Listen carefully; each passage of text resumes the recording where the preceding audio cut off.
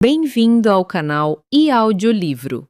Conheça a plataforma Odyssey, onde disponibilizamos audiolivros exclusivos.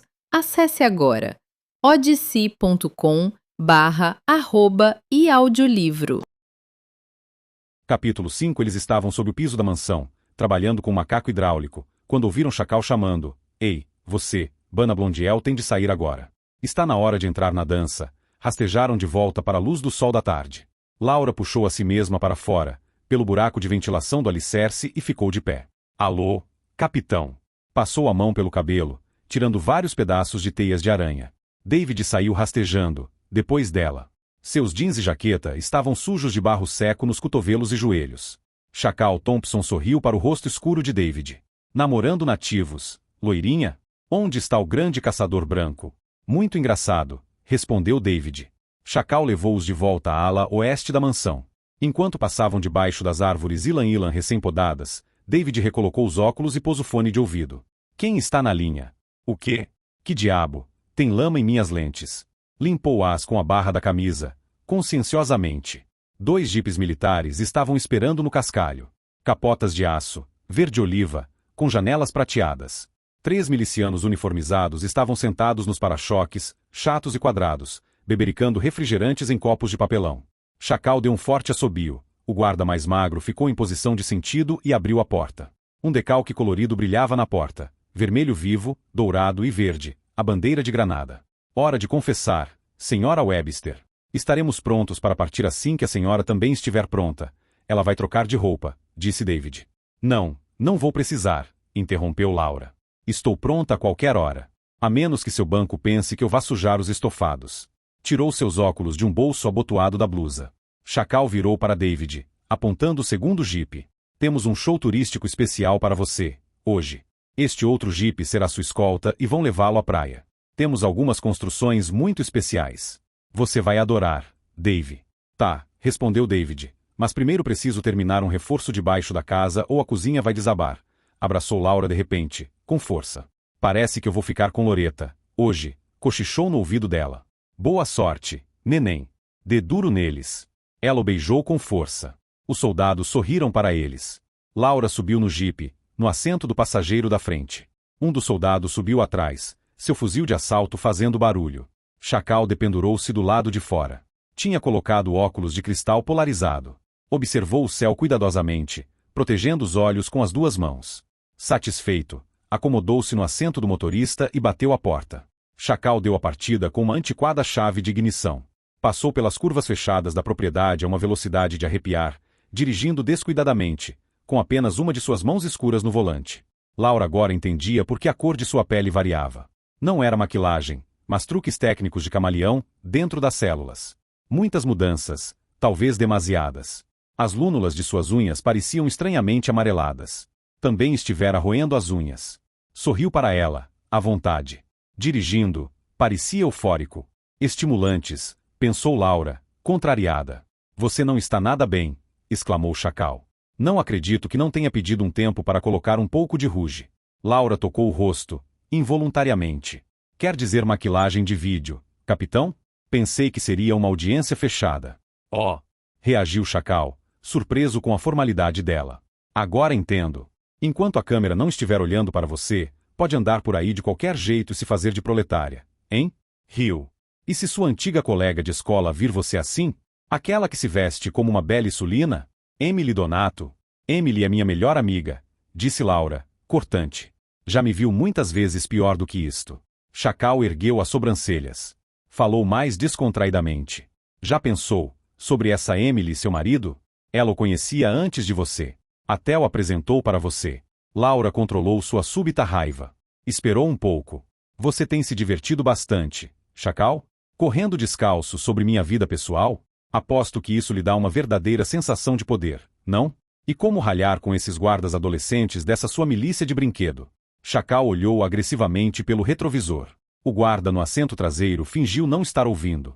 Foram para o sul, pela estrada. O céu estava totalmente encoberto, os montinhos verdes formados pelas árvores, escuros e estranhos, nas encostas vulcânicas enevoadas. "Acha que não sei o que pretende?" perguntou Chacal. "Todo esse trabalho na casa, sem pagamento. Só para causar impressão. Dando aos empregados fitas de propaganda. Tentando comprar nossa gente. Um posto na Rizome não é suborno, respondeu Laura friamente. Se trabalham conosco, merecem um lugar conosco. Passaram por uma usina de açúcar abandonada. E difícil para eles fazer nosso trabalho doméstico e à noite, serem seus espiões domésticos. Chacal encarou-a. Esses amaldiçoados óculos. Chiou, de repente. Atlanta, vou sair da linha, disse Laura. Ela tirou seu aparelho e abriu o porta-luvas. Uma caixa de papelão de munição caiu sobre seu pé. Ignorou-a e enfiou os óculos lá dentro. Alguém reclamava pelos fones, e bateu a portinhola de aço. Chacal reclamou. Vai lhe causar problemas. E melhor colocar de volta. Dane-se. Vale a pena, só para ouvi-lo sem sotaque, sorriu para ele, sem graça. Vamos lá, soldado. Conte. Não vou deixar que você me provoque o caminho todo até o banco, só para me sondar, ou seja lá o que for que pensa estar fazendo. Chacal flexionou suas mãos musculosas sobre o volante. Não está com medo de ficar sozinha comigo? Agora está fora da rede. Está sem ação, não é? Provocou, cutucando-a nas costelas, como que experimentando uma peça de carne. E se eu estacionar ali no mato e fizer uma brincadeira de mau gosto com seu corpo? Jesus! Isso nunca ocorrerá a ela. Não sei, capitão. Acho que arrancaria fora seus malditos olhos. Puxa, que maldade! Disse Chacal, sem nem olhar para ela. Estava de olho na estrada, dirigindo depressa, mas sua mão direita, com inacreditável rapidez, agarrou o pulso de Laura, com o som de um tapa. A mão dela ficou amortecida pela dor, que subia pelo braço. Tente soltar. Tente. Ela fez força, sentindo de verdade o primeiro pulso do medo. Era como puxar uma morsa. Ele nem estremeceu. Chacal não parecia ser tão forte, mas seu braço marrom estava travado como ferro fundido. Era antinatural. Você está me machucando, disse, tentando ficar calma. Havia um pequeno tremor de ódio em sua voz. Chacal riu, triunfante. Agora, escute-me, garota. Todo este tempo, você... Laura mergulhou em seu assento e afundou o pé no freio. O jipe virou violentamente para um lado e para o outro. O soldado no assento de trás gritou. Chacal soltou-a, como se ela queimasse. Suas mãos agarraram o volante com a velocidade do pânico. Fora de controle, passaram sobre vários buracos no acostamento. As cabeças bateram no teto duro. 2 segundos de caos sacolejam-te. Depois, estavam de volta à estrada, ainda balançando um pouco. Seguros. Chacal suspirou fundo. Laura endireitou-se e esfregou o pulso, em silêncio. Algo realmente desagradável acontecerá entre eles. Ela não sentia mais medo, se bem que os dois quase haviam morrido juntos. Não fizera ideia de que seria tão ruim, um jipe manual, mas conseguirá safar-se. Por impulso. A raiva que fervera de repente, quando suas inibições desapareceram, sumiu com o olho de vidro da televisão da rede. Os dois agindo como bêbados furiosos, quando a rede se fora. Acabará. Agora. O soldado, o rapaz, no assento de trás estava agarrando seu fuzil, em pânico. Não estivera sentindo a rede, tudo era mistério para ele, aquela repentina lufada de violência, como um furacão. Apareceu sem razão, sumiu sem razão. Sequer sabia se já tinha acabado. Chacal continuou dirigindo, os olhos voltados para a frente. Winston Stubbs, disse ele, por fim. Era meu pai. Laura meneou a cabeça. Chacal não lhe contaria isso sem motivo. Era a única maneira na qual ele sabia desculpar-se. A notícia não a surpreendeu muito, mas, por um momento, sentiu os olhos marejados. Reclinou-se contra o assento, relaxando, respirando. Precisava ser cuidadosa com ele. As pessoas deviam ser cuidadosas umas com as outras. Você devia ter sentido muito orgulho dele, disse ela, gentilmente, hesitante. Ele era um homem especial, continuou, sem obter resposta. Da maneira como ele olhava para você, eu sabia. Eu falhei para com ele, respondeu Chacal. Eu era o guarda-costas dele e o inimigo levou. Sabemos quem foi, contou Laura. Não foi Singapura. Foi um governo africano, a polícia secreta da República do Mali. Chacal olhou para Laura como se ela tivesse enlouquecido. Seus óculos polarizados tinham pulado fora durante o quase acidente e seus olhos amarelados brilhavam como os de uma fuinha. Mali é um país africano. Qual a diferença? Estamos lutando pelo povo da África. Mali nem mesmo é um paraíso informático. O país é miserável. Não teriam motivo. Estão mentindo para você, para que repita isso. Sabemos que Mali é o ELCT. Chacal desdenhou. Qualquer um pode usar essa sigla. Estão pedindo dinheiro para ficar quietos e sabemos onde isso leva. A Singapura sacudiu a cabeça, lentamente. A guerra está chegando, Laura, tempos muito ruins. Você nunca deveria ter vindo para esta ilha. Precisávamos vir. Éramos testemunhas. Testemunhas, repetiu Chacal, com desprezo. Sabemos o que aconteceu em Galveston. Nunca precisamos de vocês para isso. Vocês são reféns, Laura. Você, seu marido, até mesmo seu bebê. Reféns da Rizome. Sua companhia está no meio e, se eles favorecerem Singapura contra nós, o banco vai matar vocês. Laura umedeceu os lábios e se endireitou no banco. Se chegarmos à guerra, muita gente inocente vai morrer. Fizeram você de trouxa. Sua companhia. Mandaram você para cá, sabendo de tudo. Guerras matam. David e eu não somos tão inocentes como outros. Ele virou a direção com força. Não está com medo, menina? E o senhor, está, capitão? Sou um soldado. Laura forçou-se a encolher os ombros. O que significa isso numa guerra de terrorismo? Mataram um hóspede em minha casa. Na minha frente, na frente de minha filha, vou fazer o que puder para pegá-los. Sei que é perigoso. Você é uma inimiga corajosa. Chacal passou para uma estrada secundária, por uma aldeia miserável cheia de poeira vermelha e de latas enferrujadas. Começaram a subir um morro no interior da ilha. O sol penetrou as nuvens por um momento e galhos bateram contra o para-brisa. De uma curva muito fechada na encosta da montanha, Laura viu a distância a enseada da cidade colonial de Grand Roy. Telhados antigos, vermelhos, pequenas colunas nas varandas, ladeiras. Uma plataforma de perfuração estava pousada sobre o mar, como uma aranha marciana. Você é uma idiota, disse Chacal. Está tentando empurrar propaganda do que pensa, que todo mundo vai jogar limpo. Isto não é um shopping center Yankee, onde pode vender a paz a todos, como Coca-Cola. Não vai funcionar. Mas não acho que deva morrer tentando. Não seria correto. Deu algumas ordens. O miliciano mexeu-se atrás dele e passou para Laura uma jaqueta militar e um sobretudo preto, com capuz. Vista isso, disse Chacal. Está bem, concordou, Laura, pondo a volumosa jaqueta sobre sua blusa de operária. Para que serve este roupão? E um chador. As mulheres muçulmanas usam isso. Muito modesto, mesmo. E vai esconder esse cabelo loiro. Uma vez dentro daquele saco preto, ela sentiu um pouco do cheiro de sua dona anterior, cigarros aromatizados e à tarde rosas. Não foi o Islamic Bank, sabemos que foi o banco. Tem mandado aviões espiões todos os dias, em voos curtos de Trinidad. Sabemos qual fazenda estão usando. Tudo. Temos nossas próprias fontes.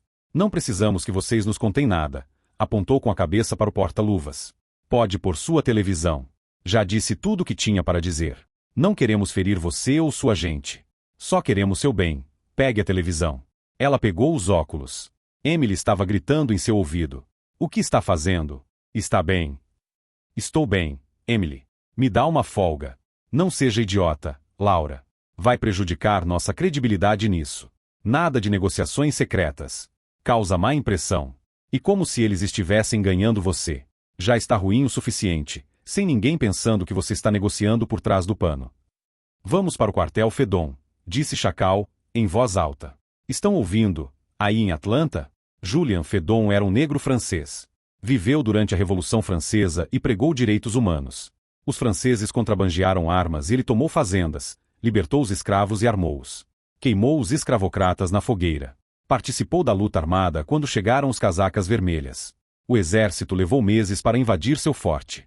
Chegaram a uma região de morros recortados, um deserto vulcânico, um paraíso tropical salpicado com altas torres de vigia. De início, elas pareciam inofensivas, como torres de caixas d'água. Mas as casamatas eram armadas, com metralhadoras saindo por fendas pequenas. Suas laterais estavam cheias de holofotes e bolhas de radar e o teto servia para o pouso de helicópteros. Os elevadores iam até o alto e mergulhavam na terra, sem porta visível. Subiram o morro por uma estrada calçada com pedras duras e negras. Cascalho de escavações. Havia montes dessas pedras por todos os lugares, grandes rochedos, semi-escondidos debaixo de matagal denso, florido e cheio de pássaros. O quartel Fedon era um novo tipo de fortaleza. Não havia sacos de areia, nenhum portão ou sentinela. Só as casamatas enfileiradas, surgindo mudas da terra verde como cogumelos mortais de cerâmica e aço. Torres vigiando uma outra, vigiando as colinas, vigiando o céu. Túneis, pensou Laura. Devem haver túneis subterrâneos unindo aquelas torres mortais. E armazéns de munição. Tudo subterrâneo, as torres destacando-se da superfície numa geometria de zonas de fogo estratégicas. Que tal seria atacar aquele lugar? Laura podia imaginar o povo raivoso e faminto, com suas tochas patéticas e coquetéis Molotov, correndo por entre as torres como ratos debaixo dos móveis.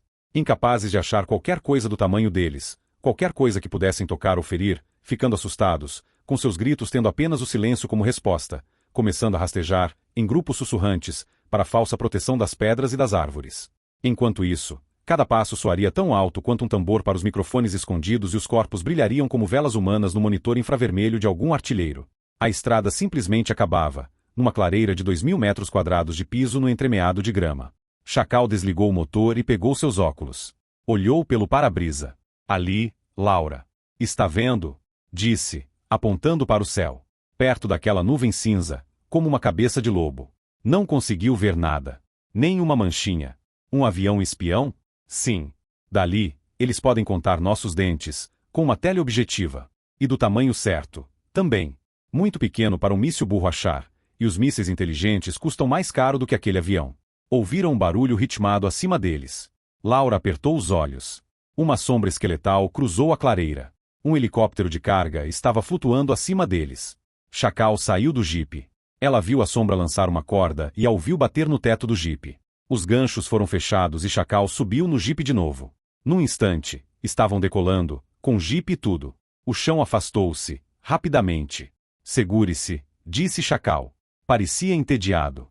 O helicóptero desceu sobre a torre mais próxima, sobre uma grande rede amarela. Os braços da rede rangeram, com molas pesadas, o jipe oscilando como um bêbado. Depois os braços baixaram e eles puderam descer. Laura saiu tremendo. O ar parecia como numa manhã no paraíso. Em volta deles, as encostas das montanhas, demasiado inclinadas para o cultivo de qualquer coisa. Morros verdes cobertos de neblina cinza, como uma paisagem chinesa. As outras torres eram como aquela, topos cercados por parapeitos baixos de cerâmica. Na torre mais próxima, a 40 metros, soldados quase nos jogavam vôlei. O helicóptero desceu ao lado, na marca preta de seu ponto de pouso. O deslocamento de ar do rotor despenteou o cabelo de Laura. Como é que vocês fazem durante os furacões? Gritou. Chacal pegou seu braço e levou-a para uma portinhola. Há outras maneiras de entrar, além dos helicópteros, mas você não precisa saber. Com um gesto brusco, abriu as duas folhas da porta, revelando um pequeno lance de escadas, até um elevador. Espere, veio a voz de um estranho no ouvido dela. Não consigo lidar com vocês dois ao mesmo tempo e não sou arquiteto militar. Esta coisa junto ao mar é bem estranha. David, sabe de alguém na Rizome que conheça assuntos militares? Acho que não. Laura, pode ganhar uns 20 minutos. Laura parou. Chacal se impacientou. Não vai ver muito, se é o que a detém. Vamos descer depressa. Outro elevador, Laura disse para Atlanta. Vou sair da linha. Está ligado, reconfortou a Chacal. Eles sabiam que você viria. Desceram rapidamente 6 andares. Saíram num túnel de pedra estriado, da largura de uma rodovia de 2 pistas. Viu engradados militares, com dizirês em cirílico, do antigo Pacto de Varsóvia. Grandes encerados sobre volumes estranhos de Deus sabe lá o que. Chacal deu alguns passos à frente, com as mãos nos bolsos. Conhece o túnel do Canal da Mancha que une a Inglaterra à França? Era frio. Ela cruzou os braços por dentro das mangas largas do chador. Sim, e daí? Aprenderam muito sobre construção de túneis. Tudo em bases de dados abertas. Prático. Aquelas palavras ecoavam estranhamente. As luzes do teto acendiam à medida que avançavam e apagavam-se atrás deles. Caminhavam pelo túnel debaixo de um foco de luz que os acompanhava. Já visitou a linha Maginot? Que é isso? Grande linha de fortificações que os franceses escavaram, há 90 anos. Contra os alemães. Visitei uma vez. Winston levou-me lá, disse, ajeitando a boina. Grandes cúpulas antigas de aço, enferrujando no meio de pastagens. Há túneis ferroviários por baixo. Às vezes, os turistas passeiam por lá, deu de ombros. Só servem para isso. Este lugar também vai ficar assim, um dia. Que quer dizer? Os petroleiros são melhores. Eles se movem. Laura acompanhou o passo do capitão. Estava assustada. Cheira mal, aqui, Chacal. Como nos petroleiros, e plástico das pistolas de arame. Dos exercícios de guerra. Se a pessoa é apanhada por uma dessas armas, há um cheiro estranho enquanto o plástico endurece. Depois, parece que você está embrulhado em arame farpado. Ele estava mentindo. Havia laboratórios lá embaixo. Em algum lugar da escuridão. Ela sentia isso. Aquele ligeiro cheiro de ácido. Aqui é território de guerra, disse ele. Quando os invasores vão nos pagar. Não que possamos detê-los, não mais do que Fedon fez. Mas vão pagar com sangue. Estes túneis estão cheios de coisas que pulam em cima de você, vindas do escuro, soltou um muxoxo. Não se preocupe, não vai ser com vocês, Yankees. Os Yankees não têm muita coragem, hoje em dia. Mas com seja lá quem for Babilônia. O homem. Chacal sorriu. Os diretores do banco estavam esperando por ela. Estavam simplesmente ali, no túnel, debaixo de um foco de luz. Tinham uma longa mesa de reuniões retangular e algumas poltronas confortáveis de couro. Garrafas térmicas com café, cinzeiros, alguns terminais de lápis. Estavam conversando uns com os outros. Sorrindo. Pequenas fumarolas dos cigarros elevavam-se debaixo de luz. Levantaram-se, quando a viram. 5 homens negros. 4 vestindo ternos elegantes. Um deles usava uniforme com estrelas nos ombros. 3 sentaram-se à esquerda da mesa, 2 à direita. A poltrona na cabeceira da mesa estava vazia, também a outra em seu lado direito. Chacal acompanhou-a até a cadeira no outro extremo da mesa. O general falou. Isso é tudo, capitão. Chacal fez continência e deu meia volta. Ela ouviu suas botas marcando o passo, enquanto se afastava na escuridão. Bem-vinda a Granada, senhora Webster. Por favor, queira sentar-se. Todos se sentaram, com rangidos de couro. Havia placas com seus nomes, premeditadamente viradas para ela. Dr. Castleman, Sr. Heine, Sr. Gold, General Kraft e Sr. Gelli. O Sr. Gelli era o mais jovem. Parecia ter 40 anos. Era italiano e sua pele estava preta. Os assentos vazios tinham placas. Também, Sr. Stubbs e Primeiro-Ministro Eric Lowson. Meu nome é Gold, disse o anglo-saxônico atarracado de pele negra, cerca de 65 anos, vídeo ruge e peruca eriçada. Estou na qualidade de presidente desta comissão especial de inquérito, examinando as circunstâncias da morte de um cidadão granadino, o Sr. Winston Stubbs. Não somos um tribunal e não podemos decidir sobre assuntos legais, se bem que podemos oferecer conselho e orientação ao primeiro-ministro. Sob a lei granadina, Sra. Webster, não deveria responder a uma comissão especial como esta, mas o falso testemunho acarreta pena de perjúrio. O Sr. Gelli vai administrar-lhe o juramento. Sr. Gelli? Ele logo levantou-se e leu. Levante sua mão direita, por favor. A senhora jura solenemente, ou afirma? Sim, respondeu Laura. Castleman era o mais estranho do grupo. Era extremamente balofo e tinha cabelos compridos, até os ombros, e barba rala. Fumava uma cigarrilha que já estava no filtro. Seus olhos eram azuis e afastados um do outro. Com a mão esquerda, manipulava um pequeno teclado. Heine estava entediado. Remexia seu papel e tocava seu nariz preto anglo-saxônico, como se doesse. Tinha um brinco de esmeralda e um pesado bracelete de ouro. O general Kraft parecia ser mesmo negro, se bem que sua pele mulata fosse a mais clara de todos. Seus olhos nunca piscavam, como os de um crocodilo, e com os nós dos dedos das mãos estavam machucados, como se fossem um brigão de rua. Mãos que estariam mais à vontade agarrando alicates ou uma mangueira de borracha interrogaram-na por hora e meia. Eram polidos e falavam em voz baixa. Gold foi o que mais falou, interrompendo-se para folhear suas notas. Heine não se importava. A reunião aqui não era nada animada, para seu gosto. Estaria mais contente pilotando lanchas velozes na frente da guarda costeira da Flórida. Kraft assumiu o centro das atenções quando lhe perguntaram sobre o avião robô. Tinha um álbum cheio de fotos do Canadair CL-227. O amendoim laranja equipado com a temível variedade de metralhadoras, lançadores de napalm, depósitos de gases. Ela apontou o modelo que mais parecia com o perfil de que se lembrava.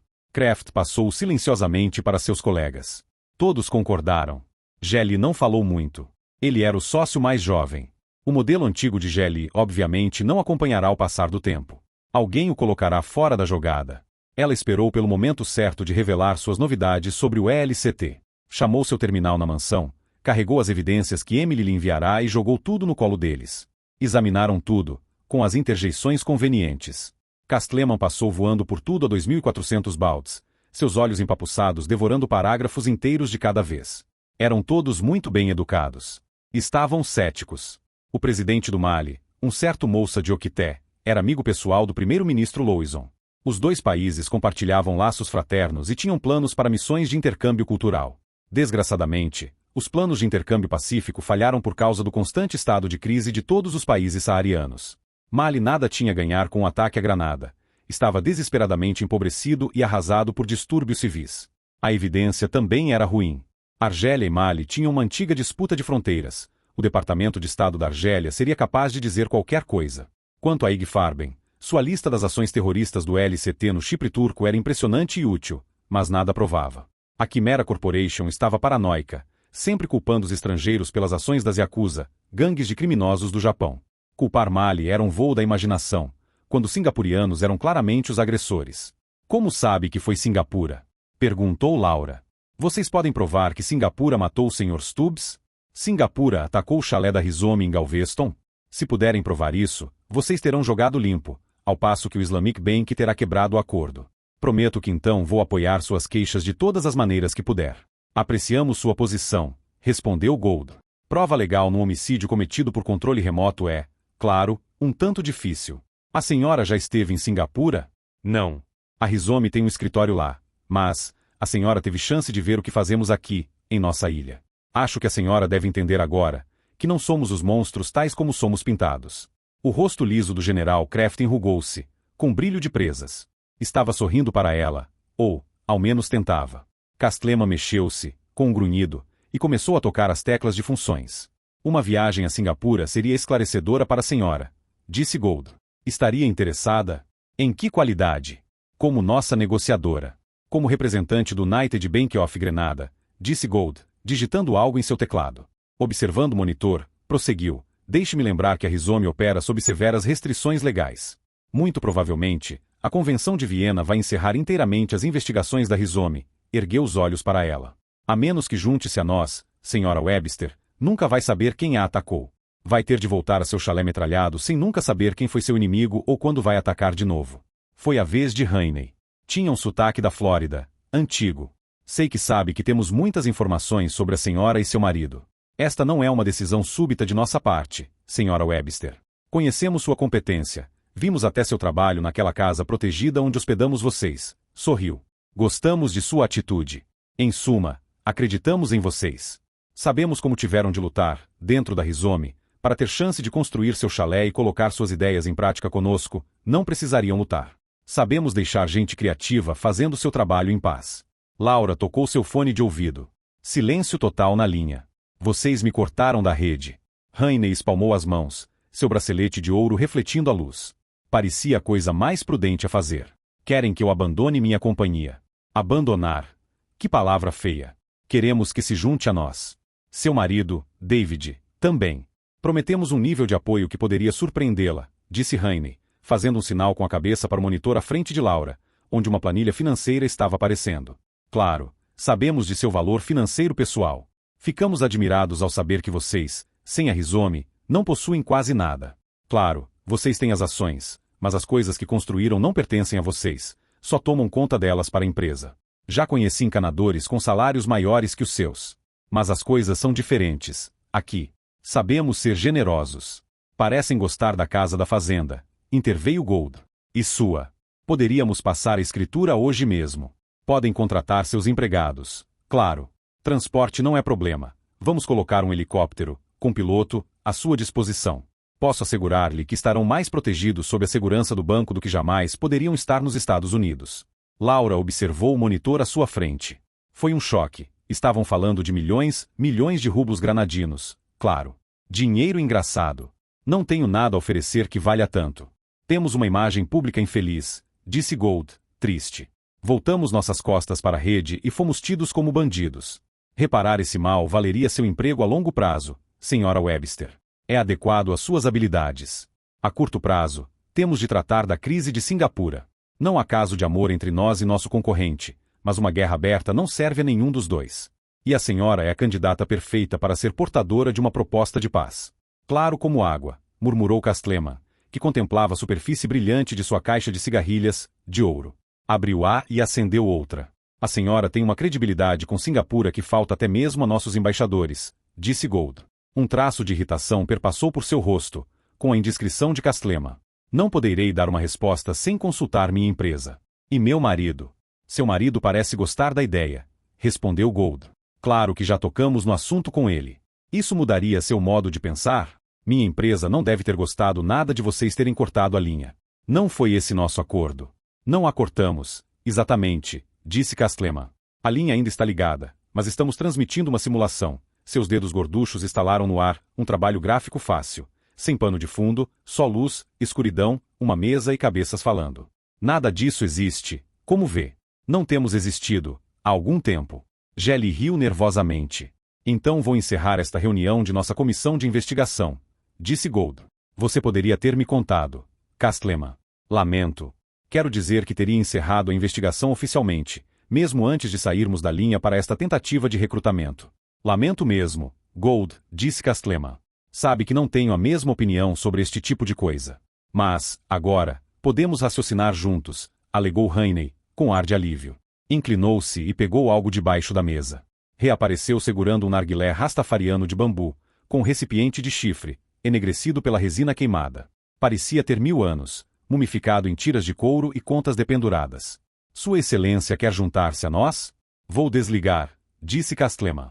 Rapidamente digitou algo em seu teclado. As luzes atenuaram-se até a penumbra suave. Rainey jogou uma sacola de couro sobre a mesa e abriu seu cordão com um ruído de sopro. Puxa vida! Exultou, tirando de lá um pouco de maconha. Começou a encher o forninho com gestos hábeis e rápidos. O primeiro-ministro estava sentado à cabeceira da mesa. Era um homem negro de baixa estatura, com óculos escuros e jaqueta militar de colarinho alto. Tinha surgido do nada. Bem-vinda, Granada, disse ele. Laura ficou olhando. Por favor, não fique alarmada, senhora Webster, disse o primeiro-ministro Lewison. Este não é um procedimento formal. Muitas vezes raciocinamos juntos desta maneira. O sacramento da meditação. Rainey empurrou o narguilé sobre a mesa. Lewison apanhou e usou um acendedor cromado, tirando ruidosas baforadas. A maconha se acendeu com um chiado raivoso e chamas azuladas dançaram no forninho. Queimem o Papa, disse o general Kraft. A cabeça de Lewison estava envolvida em fumaça. Soprou uma baforada para a direita, por sobre a cadeira vazia de Stubbs. Em memória de um bom amigo. Passou o tubo a Rainey, que aspirou ruidosamente. O narguilé borbulhou. Fogo e água, disse ele, passando para Jelly. Jelly apanhou entusiasticamente e acomodou-se em sua poltrona. Empurrou para Laura. Não se assuste, falou. Nada disto está acontecendo, de verdade. Laura passou o tubo para o general Kraft. O ar estava ficando azulado com a fumaça adocicada. Kraft tragou e soprou fortemente. Laura estava sentada, tensa, na beirada da cadeira. Lamento não poder juntar-me à sua cerimônia. Eu ficaria desacreditada como negociadora aos olhos de minha empresa. Rainey caiu na gargalhada. Todos riram à volta da mesa. Eles não vão ficar sabendo, disse Jelly. Eles não vão entender, falou Castleman, ainda soprando fumaça, nem vão acreditar, completou Gold. O primeiro-ministro inclinou-se para a frente, os óculos brilhando. Suas medalhas cintilavam. Alguns homens negociam com informação, disse para Laura, e outros com a verdade. Mas alguns negociam com magia. A informação flui em torno deles. A verdade flui para você. Mas a magia flui através de você. Isso é um truque, disse Laura, segurando a borda da mesa. Vocês querem que eu me junte a vocês. Como posso confiar em vocês? Eu não sou mágica. Sabemos o que você é, disse Gold, como se falasse com uma criança. Sabemos tudo a seu respeito. Você, sua rizome, sua rede. Acha que seu mundo abrange o nosso. Mas não é assim. Seu mundo é um subconjunto do nosso. Golpeou a mesa com a mão aberta. O barulho foi o de um tiro. Vê, sabemos tudo a seu respeito. Mas você não sabe nada sobre nós. Você tem uma piada, talvez, falou Rainey. Estava recostado em sua poltrona, examinando as pontas dos dedos, com os olhos semicerrados e o rosto vermelho. Mas você nunca vai ver o futuro de verdade, até que aprenda a abrir sua mente. Contemplar todos os níveis debaixo do mundo, continuou Castleman. Truques, como você chama? A realidade nada mais é senão níveis e mais níveis de truques. Tire esses estúpidos óculos escuros e poderemos mostrar-lhe muitas coisas. Laura pôs-se de pé num pulo. Coloquem-me de volta na rede. Não tenho direito de fazer isso. Ponham-me de volta, agora. O primeiro-ministro riu. Uma risadinha seca. Colocou o tubo fumegante sobre a mesa. Recostou-se, ergueu ambas as mãos teatralmente e sumiu. Os diretores do banco levantaram-se junto com ele, empurrando suas poltronas para trás. Estavam rindo e sacudindo as cabeças. Ignoravam-na. Saíram juntos, devagar, rindo, murmurando, rumo à escuridão do túnel, deixando Laura só, debaixo do foco de luz, com os monitores acesos e as canecas de café a esfriar. Castleman esquecera a cigarreira. Oh, meu Deus! Veio uma voz suave em seu ouvido. Todos desapareceram. Laura, ainda está aí? Está bem. Laura sentiu seus joelhos dobrarem. Ela deixou-se cair para trás, em sua poltrona. Debra, é você? Sim, querida. Como é que eles fizeram isso? Não tenho certeza, respondeu. Sentia a garganta seca como uma lixa. Serviu-se de um pouco de café, tremendo de nervosismo, sem se importar com o que poderia estar misturado na bebida. O que você viu, exatamente? O que eles fizeram?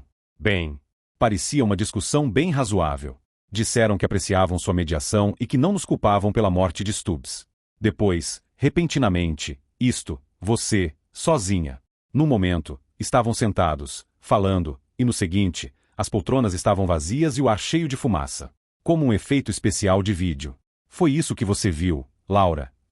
Um efeito especial, repetiu Laura, engolindo o café quente. E eles é que escolheram este lugar para a reunião, não? Estou certo que o prepararam de alguma forma. Debra riu, calma. Claro. Conseguiram assustar-me. Por um momento receei que você me diria que eles eram todos personas optimas. Que truque barato. Laura pousou sua caneca, lentamente. Como foi que eu me saí? Oh, muito bem, querida. Era bem seu modo de ser. Ofereci algumas sugestões menores, na linha, mas você pareceu distraída. O que não era de surpreender, numa reunião tão importante. De qualquer jeito, agiu bem. Muito bem, dirigiu o olhar para cima. Tenho certeza que, se pudesse alcançar o teto e espiar em torno daquelas luzes, acharia hologramas ou coisa assim. Por que perder tempo? Debra riu.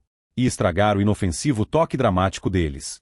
Notei que David também passou algumas horas muito interessantes. Tentaram recrutá-lo. Esperávamos por isso. O que foi que ele disse? Foi muito educado. Saiu-se bem, também. Ouviu passos. Chacal surgiu da escuridão. E então, aqui está você falando para o ar, de novo. Esparramou-se descuidadamente sobre a poltrona de gele. Está bem? Está meio pálida. Espiou curioso, para um dos monitores. Deram-lhe um suadouro? São durões, seus chefes. Bem, este é um mundo duro. Deve estar querendo voltar para seu bebê. O jipe está esperando, lá no telhado. Vamos embora. A descida da torre, oscilando para todos os lados, mexeu com o estômago de Laura. Sentia-se verde, enquanto desciam a estrada cheia de curvas, rumo à praia. Chacal dirigia muito depressa. Os morros inclinados e românticos sacudiam e mergulhavam com solavancos, como um cenário barato. Devagar, disse ela, senão vou vomitar. Chacal alarmou-se. Por que não me avisou? Vamos parar, e saiu da estrada, saiolejando, até a sombra de algumas árvores. Desligou o motor. Fique aqui, ordenou ao soldado. Ajudou Laura a sair. Ela pendurou-se no braço de Chacal. Se eu pudesse andar um pouco. Chacal conduziu-a para longe do jipe, olhando para o céu de novo, por reflexo. Um borrifo de chuva fez barulho contra a folhagem, lá em cima. Mas o que é isso? Perguntou ele. Está pendurada em mim o tempo todo. Tomou as pílulas de Carlota ou coisa parecida. Ela afastou-se, relutante. Ele parecia quente e sólido. Feito de carne humana. Chacal riu ao vê-la balançando, mas sem mexer os pés. O que há? O tio Dave deu-lhe alguma coisa. Laura enrubesceu. Sua mãe não lhe ensinou a não ser um maldito chauvinista? Não posso acreditar. Ei, disse Chacal, em voz baixa. Minha mãe era uma daquelas garotas de Winston. Quando ele estalava um dedo, ela pulava como uma bala. Nem todas são sensíveis como você, sabe? Comentou, agachando-se debaixo de uma árvore e apanhando um galho fino e comprido. Então eles lhe pregaram uma peça, hein? Revirou o graveto entre os dedos. Contaram alguma coisa sobre a guerra? Um pouco. Por quê? A milícia tem estado em alerta total há 3 dias. Nos quartéis, dizem que os terris deram um ultimato ao banco. Ameaçam com o fogo do inferno. Mas cansamos de pagar o que eles querem. Então, o que parece é que vamos estourar algumas cabeças. Conversa de quartel, retrucou Laura. De repente, sentiu-se sufocada com um chador longo e preto.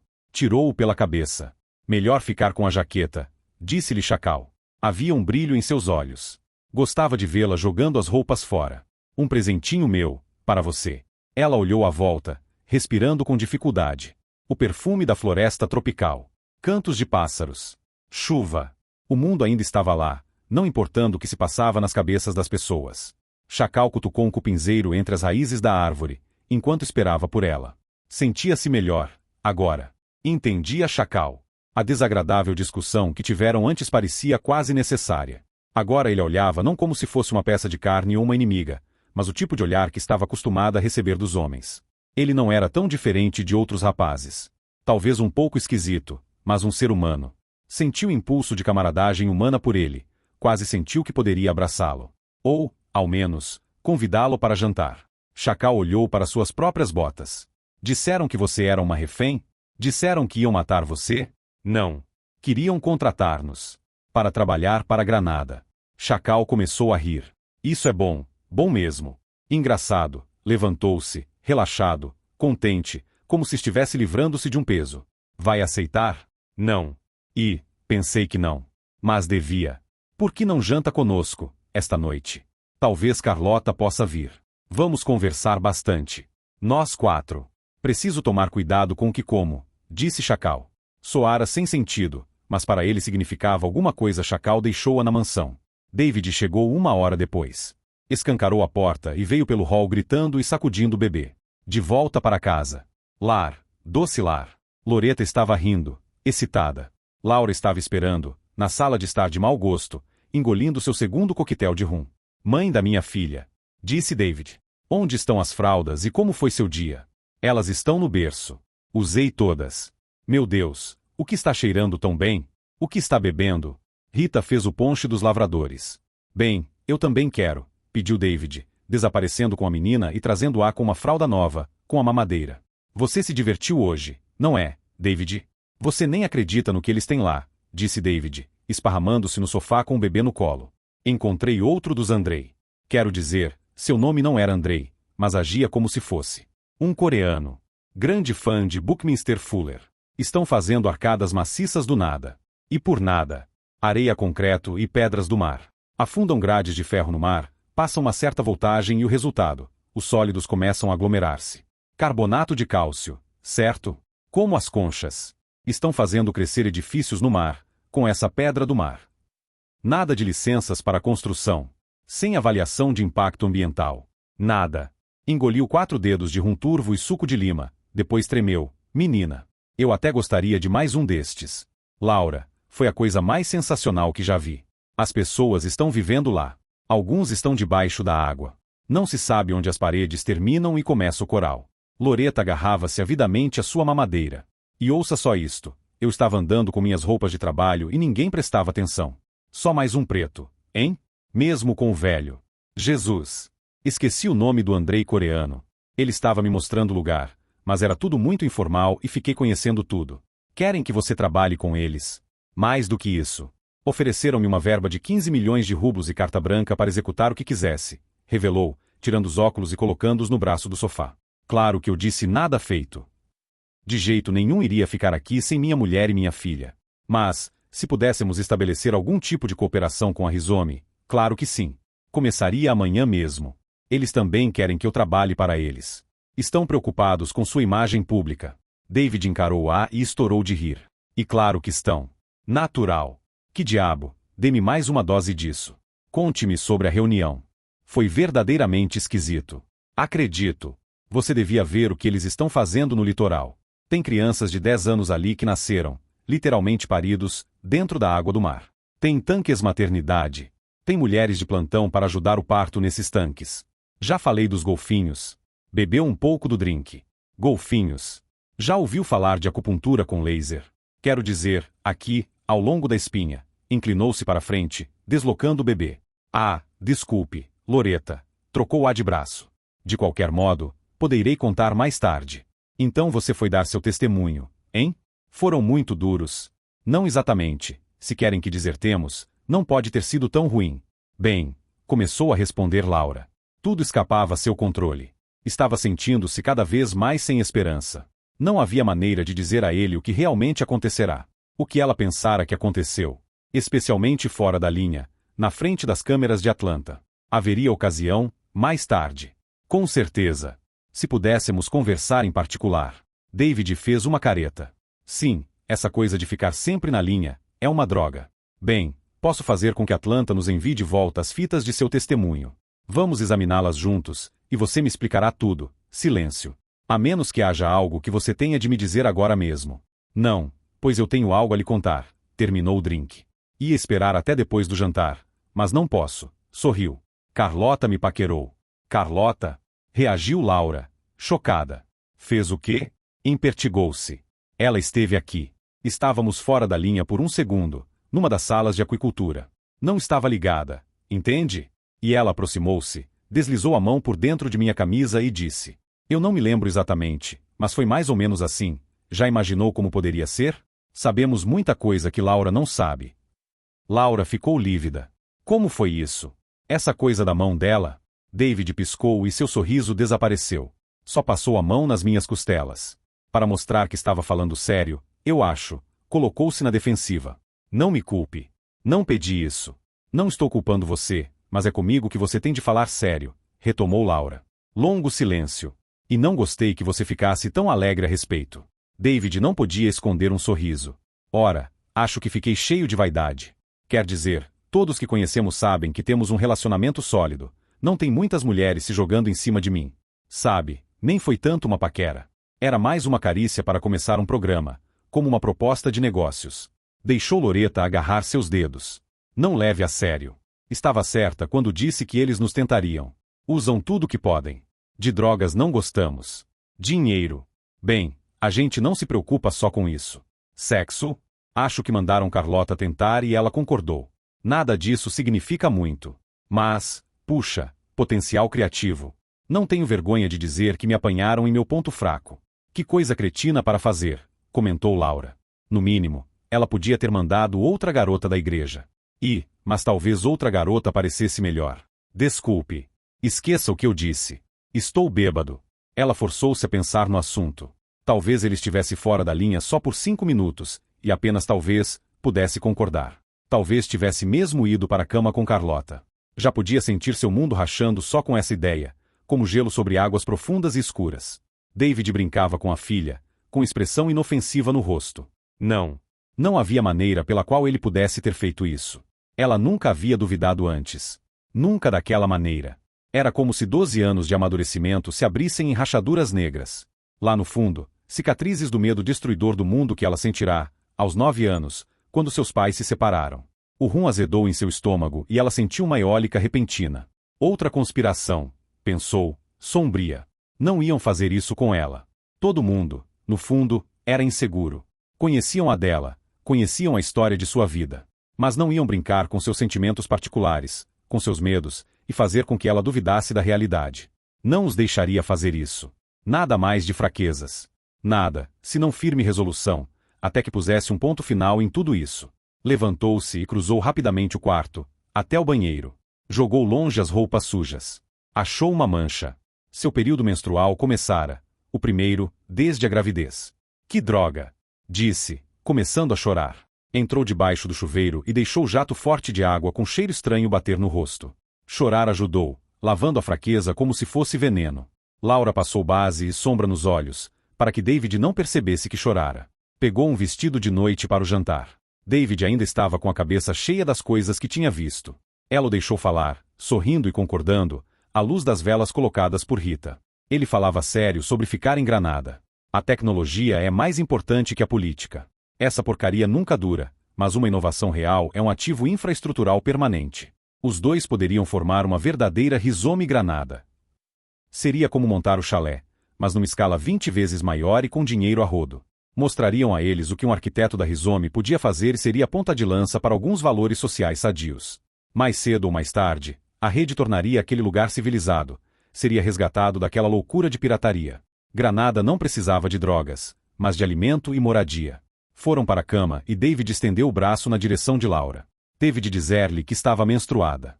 Ele se surpreendeu, mas gostou. Pensei que você estivesse estressada. Já faz 1 ano, não é? Deve ser estranho sentir isso de volta. Não, é apenas natural. Você se acostuma. Você não falou muito esta noite, disse David, esfregando suavemente a barriga da mulher. Está misteriosa. Só cansada. Não estou conseguindo pensar direito. Não deixe que eles lhe abatam. Esses idiotas do banco não são tão importantes. Espero que tenhamos chance de conhecer o velho Louison, o primeiro-ministro. Nos projetos, as pessoas falam dele como se esses bandidos do banco fossem apenas meninos de recados. Hesitou. Não gostei da maneira como falavam de Louison. Como se estivessem com medo. Chacal me contou que falam muito sobre guerra. O exército está em alerta. As pessoas estão tensas. Você está tensa, disse ele, massageando-a.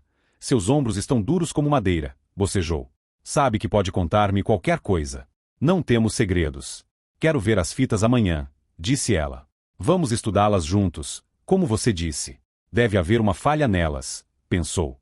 Em algum ponto, uma piscada ou um grupo de pixels mal colocados. Algo que provasse que elas haviam sido forjadas e que ela não estava louca. Não podia tolerar que pessoas pensassem que ela estava cedendo. Arruinaria tudo. Laura foi incapaz de dormir. O dia passou por sua mente muitas e muitas vezes.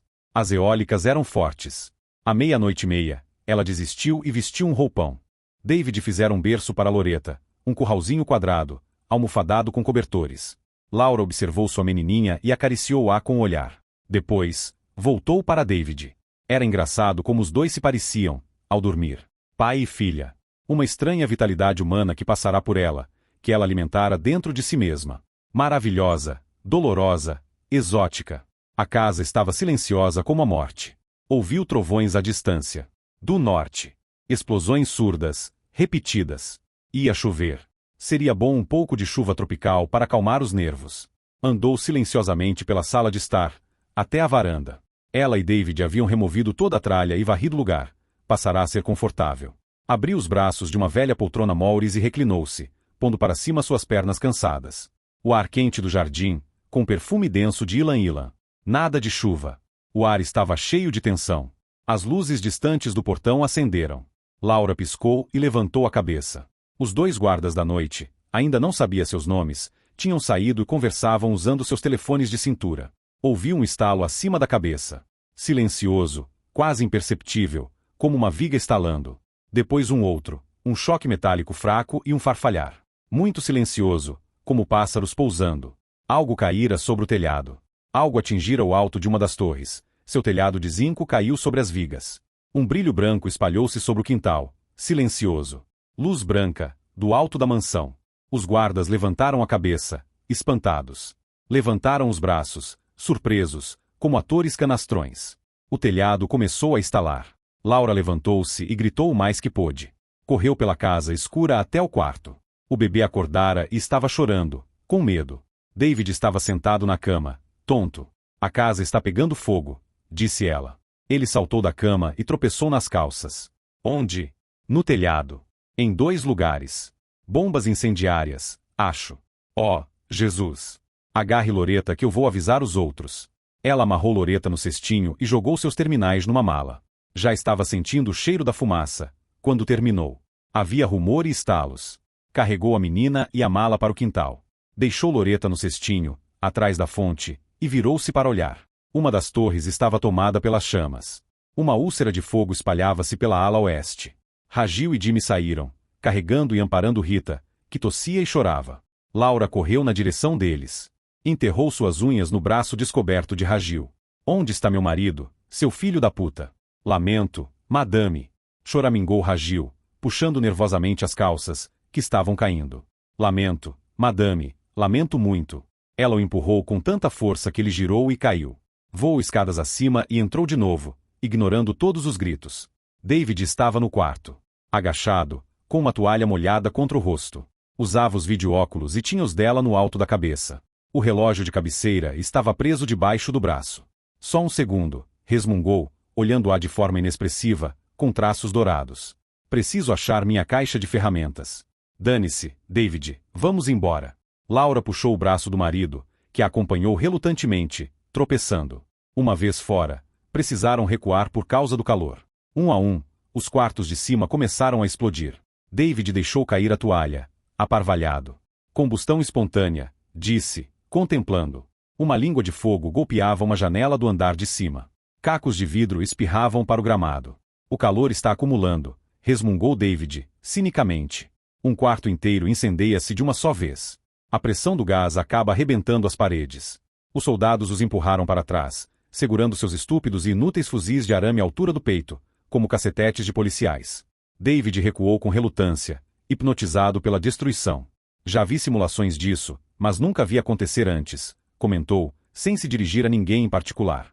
Jesus, que espetáculo! Laura empurrou um dos soldados adolescentes quando ele pisou em seu pé descalço. Mas como você ajuda, seu burro? Onde estão os bombeiros, ou seja lá o que vocês usem neste fim de mundo? O menino deu um passo para trás, tremendo, e deixou cair sua arma. Olhe o céu! Gritou apontando para nordeste.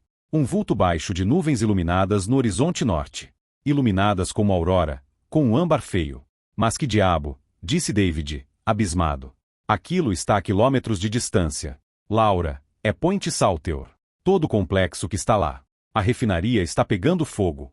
Fogo do inferno, lamentou o soldado começando a soluçar e passando a mão no rosto. O outro, mais alto, chutou fortemente na perna. Pegue sua arma, pedaço de bosta. Um clarão distante iluminou mais as nuvens. Olha, espero que não tenham acertado os petroleiros, disse David. Espero que aqueles coitados das plataformas tenham botes salva-vidas, segurou o fone de ouvido. Está ouvindo? Atlanta? Laura puxou seu dispositivo da cabeça. Deu as costas e pegou Loretta, no cestinho. Tirou a criança, que chorava sem parar, e apoiou-a contra o peito, embalando-a e reconfortando-a. Então recolocou os óculos. Agora podia observar, sem sentir tanta dor. A mansão queimou inteiramente, o que levou toda a noite.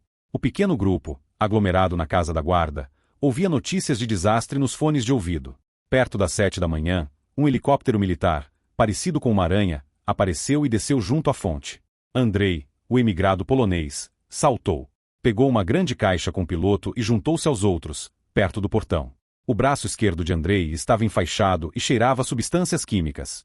Trouxe sapatos e uniformes para todos os sobreviventes. A caixa estava cheia de embrulhos plásticos com os jeans e camisas de mangas curtas do exército. Lamento muitíssimo termos sido tão maus anfitriões, disse-lhes Andrei, contristado. O povo de Granada pede desculpas. Pelo menos, sobrevivemos, disse Laura, pondo os pés, agradecida, nos sapatos de lona. Quem assumiu a autoria dos atentados? Os malfeitores do LCT romperam todos os limites do civilizado. Era o que eu imaginava, disse Laura, pegando a caixa. Vamos todos trocar de roupa, um de cada vez, na casa da guarda. David e eu iremos primeiro. Lá dentro, ela tirou seu roupão leve e abotoou a camisa nova, engomada, e os jeans pesados. David pôs uma camisa e os sapatos. Saíram e Rita entrou, tremendo. Agora, se quiserem acompanhar-me até o helicóptero, disse Andrei. O mundo precisa saber sobre esta atrocidade. Está bem, respondeu Laura. Quem está na linha? Praticamente todo mundo, disse Emily. Temos vocês ao vivo transmitidos para toda a empresa e para 2 agências de notícias. Viena vai ter muito trabalho com isto. A coisa é grande demais. Andrei parou junto à porta do helicóptero. Podem deixar o bebê? Nem pensar, disse David, enfaticamente. Subiram em 2 massas na traseira e David colocou o cestinho de Loretta no colo. Andrei tomou o assento do copiloto e apertaram os cintos. Subiram e afastaram-se com chiado baixo de rotores. David observou as ruínas enegrecidas da mansão. Tem ideia do que atingiu nossa casa? Sim. Havia muitos aviões pequenos, baratos, de papel e bambu, como pipas de crianças. Não podem ser detectados pelo radar. Muitos foram abatidos, mas não antes de lançar muitas bombas. Pequenos bastões de termite com gelatina incendiaria estavam apontados para nós, em particular, isto é, para Rizome. Andrei deu de ombros, amarrado em seus cintos. Difícil dizer. Muitas casas como essa queimaram. O comunicado menciona vocês. Tenho aqui. Deu-lhes uma folha. Laura passou os olhos por ela, linha de data, procedência e vários parágrafos do lixo stalinista de sempre. Já sabem o número de baixas. Até agora, 700. Está subindo. Ainda estão puxando corpos das plataformas marítimas. Atingiram-nas com mísseis antinavio. Meu bom Deus, disse David. Armamento pesado. Temos helicópteros procurando navios. Podem ter usado diversos, mas há muitos navios no Caribe e os mísseis têm longo alcance. Procurou algo no bolso da camisa. Já viu um destes antes? Laura pegou o objeto de seus dedos. Parecia um grande clipe de papel, feito de plástico, salpicado de verde e marrom, pesando quase nada. Não. Este falhou. Explosivo plástico. Uma mina. Pode estourar o pneu de um caminhão, a perna de uma mulher ou de uma criança. Falava com tom de voz frio. Os aviõezinhos espalharam centenas delas. Nunca mais vão passear pelas estradas. Nem vamos pisar fora do complexo. Mas que louco filho da puta, ia dizendo David.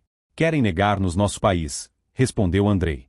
Esses dispositivos vão derramar nosso sangue ainda por muitos meses. A terra afastou-se debaixo deles. Logo estavam sobre o Caribe. O helicóptero virou.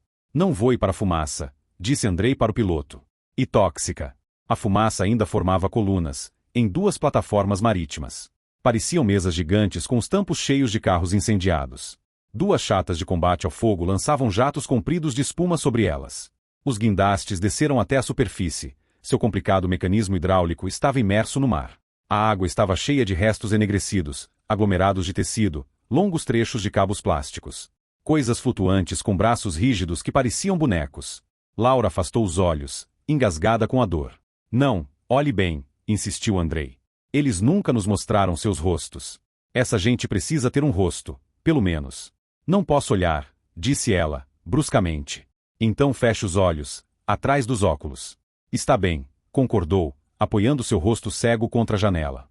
Andrei, o que você vai fazer? Vocês vão embora esta tarde. Como veem, não podemos mais garantir sua segurança. Vocês vão sair assim que o aeroporto estiver livre de minas. Serão os últimos voos. Não queremos mais estrangeiros. Nada de jornalistas bisbilhoteiros. Nada dos vermes da Convenção de Viena. Nós vamos fechar as fronteiras. Ela abriu os olhos. Estavam planando sobre a praia. Rastafaris seminus estavam puxando cadáveres sobre as docas. Uma menina morta, roupas caídas, encharcadas. Laura reprimiu um grito, agarrando o braço de David. Um nó na garganta. Caiu de volta no assento, lutando contra seu estômago. Não vê que minha mulher está passando mal? David reclamou. Já chega. Não, disse Laura, trêmula. Andrei está certo. Andrei, escute. Não há meio pelo qual Singapura possa ter feito isso. Não é uma guerra de gangues. E atrocidade. Eles nos dizem o mesmo, Andrei admitiu. Acho que estavam com medo. Esta manhã, capturamos seus agentes em Trinidad. Parece que estiveram brincando com aviõezinhos e fósforos. Vocês não podem atacar Singapura. Falou Laura. Mais mortes não resolverão nada. Não somos Cristo ou Gandhi, disse Andrei, lenta e cuidadosamente. Isso é terrorismo. Mas há um terror mais profundo do que este. Um medo mais antigo e escuro. Conte a Singapura sobre esse terror. Acho que você sabe algo a respeito, Laura. Quer que eu vá a Singapura? Vou para lá. Se puder parar com isso. Eles não precisam ter medo de aviõezinhos de brinquedo, disse Andrei. Mas pode dizer a eles que tenham medo do escuro, medo da comida, do ar e de suas próprias sombras. David olhou para Andrei, boquiaberto. O polonês suspirou. Se forem inocentes devem provar e juntar-se a nós imediatamente. Sim, claro, respondeu Laura de pronto. Precisam lutar juntos. A Rizome pode ajudar. Caso contrário, tenho dó de Singapura, continuou Andrei, com um olhar que ela nunca vira em rosto humano. Era a coisa mais distante que a da piedade. Andrei deixou-os no pequeno aeroporto militar, em Pearls. Mas o voo de evacuação que prometera não veio, tudo deu errado. Finalmente, depois de escurecer, um helicóptero de carga levou Laura e David ao aeroporto civil de Point Salines. A noite foi perpassada com faróis e a estrada para o aeroporto estava saturada com tráfego. Uma companhia de infantaria mecanizada tomara os portões do aeroporto. Um caminhão explodido na lateral da estrada queimava aos poucos. Passará por cima de um monte de minas em miniatura, o helicóptero levou-os com precisão por sobre a cerca. Dentro, o aeroporto era um congestionamento de peruas de luxo e limusines. Milicianos de jaqueta e capacetes de fibra estavam delimitando o aeroporto com estacas de bambu. Sapadores. Assim que o helicóptero pousou no calçamento tomado pelo mato, Laura ouviu um estalo e viu um clarão quando uma das hastes de bambu atingiu uma mina. Olhem por onde andam, disse o piloto, brincando e abrindo a porta. Um miliciano, de uniforme, com cerca de 19 anos, parecia animado com a atividade da noite. Qualquer tipo de destruição era excitante, não parecia importar que fosse a de seu povo. Laura e David desceram no calçamento, levando o bebê adormecido no cesto. O helicóptero levantou voo silenciosamente. Um carrinho de bagagem passou por eles, no escuro. Alguém amarrara improvisadamente 2 escovões na frente do carrinho. Laura e David dirigiram-se com todo cuidado para as luzes do terminal. Só 25 metros. Alguém já deveria ter varrido as minas. Contornaram um carro esporte de cor malva 2 homens gordos, com muita maquilagem de vídeo, estavam adormecidos ou bêbados nos confortáveis assentos em concha do carro. Os soldados gritaram para eles, fazendo sinal: "Ei! Saiam daí! Vocês! Nada de roubar, nada de saquear." Passaram pelo pórtico bem iluminado do aeroporto. Boa parte dos vidros havia sido esmagada ou explodida. Dentro, o saguão estava apinhado. Ruído de multidão excitada, calor de corpos correndo, fazendo barulho. Um avião cubano decolou. Seu gracioso chiado de decolagem foi abafado por toda aquela gente. Um militar com galões nos ombros agarrou o braço de David. "Papéis. Cartão de passaporte." "Não tenho. Escapamos de um incêndio. Sem reserva. Sem passagens." "Não pode entrar sem passagem", disse o coronel, examinando seus uniformes de soldado, desconcertado. "Onde arranjaram esses óculos com televisão?" "Gold e Castlema nos mandaram", mentiu Laura, com naturalidade. Depois tocou os óculos. Havana é escala para nós. Somos testemunhas. Contatos com o exterior. Você entende? Sim, respondeu o coronel, esquivando-se. Dirigiu-os para dentro, onde logo se misturaram à multidão. Foi brilhante, disse David. Mas ainda não temos passagens. Podemos cuidar disso, disse Debra Emerson. Temos a empresa de aviação cubana na linha. Agora. Eles é que estão organizando a evacuação. Podemos arranjar no próximo voo para vocês. Grande. Estão quase de volta. Tentem não se preocupar. Obrigado, Atlanta. Solidariedade. David olhou o povo. Havia pelo menos 300 pessoas. Puxa, é uma convenção de cientistas loucos. É como chutar um tronco podre, pensou Laura. O aeroporto estava fervilhando de anglo-saxônicos e europeus de rosto emburrado. Pareciam divididos entre gangsters exilados bem vestidos e técnicos em drogas já naturalizados. Dezenas de refugiados sentados no chão, nervosamente agarrados a seus pertences. Laura pisou nos pés de uma mulher negra, magra, desmaiada sobre um amontoado de malas de luxo, com um adesivo de droga colado no pescoço. Meia dúzia de prostitutas usando blusas de Trinidad estavam jogando crepe no chão, gritando, entusiasmadas, em alguma língua eslava. Duas crianças de 10 anos, gritando, corriam uma atrás da outra, em meio a um grupo de homens que, metodicamente, esmagavam fitas de vídeo. Olhe só, disse David, apontando. Um grupo de mulheres vestidas de branco ficava à margem da multidão, olhando com certo desdém. Enfermeiras, pensou Laura. Ou freiras. Prostitutas do templo, disse David. Olhe, ali está Carlota. Abriram caminho até ela, desviando-se de coisas no chão. De repente, um grito, perto deles. O que querem dizer? Que não podem mudar nada. Quem gritava estava acenando com um cartão de crédito granadino no rosto de um capitão da milícia. Há milhões neste cartão, seu idiota. Era um garboso anglo-saxônico de paletó e tênis, que brilhavam com inscrições. E melhor chamar seu maldito chefe, Jack. Sente-se, ordenou o capitão, empurrando o homem. Certo, respondeu o outro, mas não se sentou. Enfiou o cartão na lapela. Tudo bem, mudei de ideia. Vou preferir os túneis. Leve-me de volta aos túneis, amigo. Sem resposta. Você não sabe com quem está falando. Pô. Agarrou o capitão pela manga. O capitão desvencilhou-se com um golpe curto. Depois deu-lhe uma rasteira. O queixoso caiu sentado, pesadamente. Pôs-se de pé de novo, com os punhos fechados. O capitão soltou sua pistola e disparou a queima-roupa. Uma pelota de plástico líquido de alta velocidade. Um ninho de cobras de elástico mal cheiroso voou sobre o peito do homem, prendendo seus braços, pescoço, rosto e uma mala próxima. Ele caiu no chão, chocado. Um rumor de alarme, de todos. 3 soldados rasos correram em auxílio do capitão, armas engatilhadas. Fique sentado, gritou o capitão, enfiando outra carga na câmara. Todos para baixo. Agora.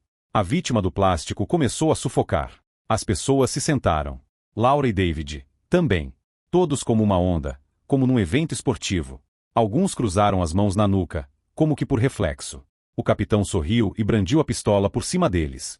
Melhor, disse, chutando o homem na passagem. De repente, as freiras aproximaram-se, juntas. Sua chefe era uma negra, que puxou o capuz, revelando o cabelo grisalho e o rosto enrugado. Capitão, disse ela calmamente, este homem está sufocando. Ele é um ladrão, irmã, respondeu o capitão. Pode ser, capitão, mas ele ainda precisa respirar. 3 das mulheres da igreja ajoelharam junto à vítima, puxando os fios do pescoço. A velha, uma abadesa, pensou Laura, contrafeita, voltou-se para a multidão e abriu as mãos no gesto de bênção da igreja, com o dedo recurvado. A violência não serve a ninguém. Por favor, façam silêncio. Afastou-se. As irmãs a seguiram, sem nada dizer. Deixaram a vítima do arame onde estava, fungando baixinho. O capitão pouco se importou e recolocou sua arma e deu as costas, fazendo gestos para seus homens. Depois de algum tempo, as pessoas começaram a levantar. Muito bem feito, disse Debra. David ajudou Laura a erguer-se e pegou o cesto da filha. Ei! Carlota! Seguiram-na. Carlota dirigiu umas poucas palavras à abadesa, puxou a touca para trás e afastou-se das outras irmãs. Sua cabeleira estava puxada para trás. Seu rosto anguloso estava lavado. Era a primeira vez que viam Carlota sem maquilagem. Estou surpresa, vendo você ir embora, disse Laura. Carlota meneou a cabeça. Atingiram nosso templo. Um revés temporário. Lamento, disse David. Fomos incendiados, também. Voltaremos, respondeu Carlota, sem se importar. Onde há guerra, há prostitutas. Os alto-falantes se manifestaram. Uma aeromoça cubana estava falando em espanhol. Ei, somos nós, disse David, de repente. Estão nos chamando no balcão. Fique com Loretta, eu vou. Saiu correndo. Laura e Carlota olharam uma para a outra. Ele me contou o que você fez, disse Laura. Caso você estivesse imaginando coisas. Carlota quase riu.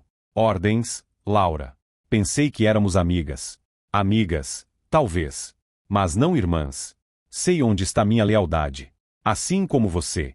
Laura sopesou o cesto de Loretta e passou a alça pelo ombro. Lealdade não lhe dá o direito de estragar minha vida familiar. Carlota piscou. Família, hein? Se família significasse tanto para você, estaria cuidando de seu homem e de sua filha no Texas, em vez de arrastá-los para a linha de frente. Como se atreve? David acredita nisto tanto quanto eu. Não, ele não acredita. Você o arrastou, para poder subir na hierarquia de sua empresa, respondeu, levantando a mão. Laura, ele é só um homem. Você precisa afastá-lo das armas. O velho mal está à solta. De novo. Os homens estão cheios do veneno da guerra. Isso é loucura. Carlota meneou a cabeça. Você não está em seu ambiente, Laura. Está querendo colocar seu corpo entre uma arma e uma vítima. Eu estou. Mas você não, não é mesmo? Não tem fé. Tenho fé em David. Tenho fé em minha empresa. E você? Que tal a fé no velho Chacal? Chacal é um soldado profissional. E bucha de canhão, cheio do mal da guerra. Então é isso? Perguntou Laura, abismada. Apenas abandoná-lo? Dispensá-lo? Assim? Não estou tomando romance, agora, respondeu Carlota, como se isso explicasse tudo. Procurou em seu hábito e entregou a Laura um frasco de plulas vermelhas. Olhe, tome estas, não preciso delas agora, e pare de ser tão boba. Toda essa bobagem que você pensa é tão importante. 2 destas e você fica louca. Volte para Galveston, Laura, vá para algum hotel e transe com David até cansar. Esconda-se debaixo das cobertas e fique fora do caminho, onde não vai se machucar. Carlota cruzou os braços e recusou-se a pegar o frasco de volta. Laura enfiou-o nervosamente no bolso de seu jeans. Então, era completamente artificial. Você nunca teve nenhum sentimento genuíno por Chacal. Eu estava vigiando para a igreja. Ele mata gente. Não posso acreditar, respondeu Laura, encarando a outra. Não gosto muito de Chacal, mas aceito-o como pessoa. Não como um monstro. Ele é um assassino profissional, disse Carlota. Matou mais de 1 dúzia de pessoas. Não acredito em você. O que você esperava? Que ele carregasse um machado e babasse. O capitão Thompson não segue suas regras. Os Ogans estiveram trabalhando nele durante anos. Ele não é uma pessoa aceitável. É como uma ogiva armada. Você pensou em fábricas de drogas. Chacal Thompson é uma fábrica de drogas. O que isso deveria significar? Quero dizer que as tripas dele estão cheias de bactérias. Das especiais, pequeninas fábricas de drogas. Onde você acha que ele arranjou esse apelido? Chacal? Ele toma um iogurte e se transforma numa máquina de matar. São as enzimas. Os micróbios as comem. Deixam-no rápido, forte, não sente dor nem tem dúvidas. Vão jogá-lo contra Singapura e... Lamento por aquela ilhota. Chacal Thompson, um assassino louco, criado por drogas. Ainda não conseguia acreditar. Mas qual deveria, afinal, ser o aspecto de um homem assim? A cabeça de Laura estava girando. Por que não me contou nada, antes? Carlota olhou-a com comiseração. Por que você é careta, Laura? Pare de me chamar disso. O que a faz tão diferente? Olhe só para você. Você é educada. Você é inteligente. Você é bonita. Está casada com um maldito arquiteto. Tem uma filha maravilhosa e amigos influentes. Os olhos dela estreitaram-se, quando começou a vociferar. Agora, olhe para mim. Sou ninguém. Feia. Sem família. Meu pai me surrava. Nunca terminei a escola. Mal sei ler e escrever. Sou disléxica, ou seja lá como chamam. Já pensou no que acontece com as pessoas que não conseguem ler e escrever? No seu lindo mundo da rede, com todos esses malditos dados? Não, nunca pensou nisso, não é? Se eu encontrasse um lugar para mim, seria nas garras de gente como você. Tomou fôlego, puxando o capuz de volta sobre a cabeça. E estou ficando velha, também. Aposto que você nunca pensou no que acontece com as garotas da igreja, quando ficam velhas. Quando não podemos fazer a velha magia negra com seus preciosos maridos. Bem, não se preocupe comigo, senhora Webster. Nossa deusa cuida de si mesma. Nossa igreja possui hospitais, clínicas, casas de repouso. Tomamos conta das pessoas. A deusa deu-me minha vida, não você ou sua rede. De modo que não lhe devo nada. Parecia pronta para cuspir na outra, Nunca esqueça isso. David veio com as passagens. Tudo pronto. Vamos sair daqui. Graças a Deus. O alto-falante anunciou um voo. As pessoas começaram a murmurar. O bebê começou a choramingar. David tirou o cestinho da mulher. Está bem, Carlota? Tudo bem, respondeu ela, com um sorriso. Vão visitar-me em Galveston, não vão? Nossa reverenda Morgan acaba de ganhar uma cadeira na Câmara Municipal. Temos grandes planos para a cidade. Esse é nosso voo, interrompeu David. Que bom que não temos bagagem. Mas, puxa, vou sentir falta daquela caixa de ferramentas. Capítulo 6. O voo foi um pesadelo, como um vagão de gado.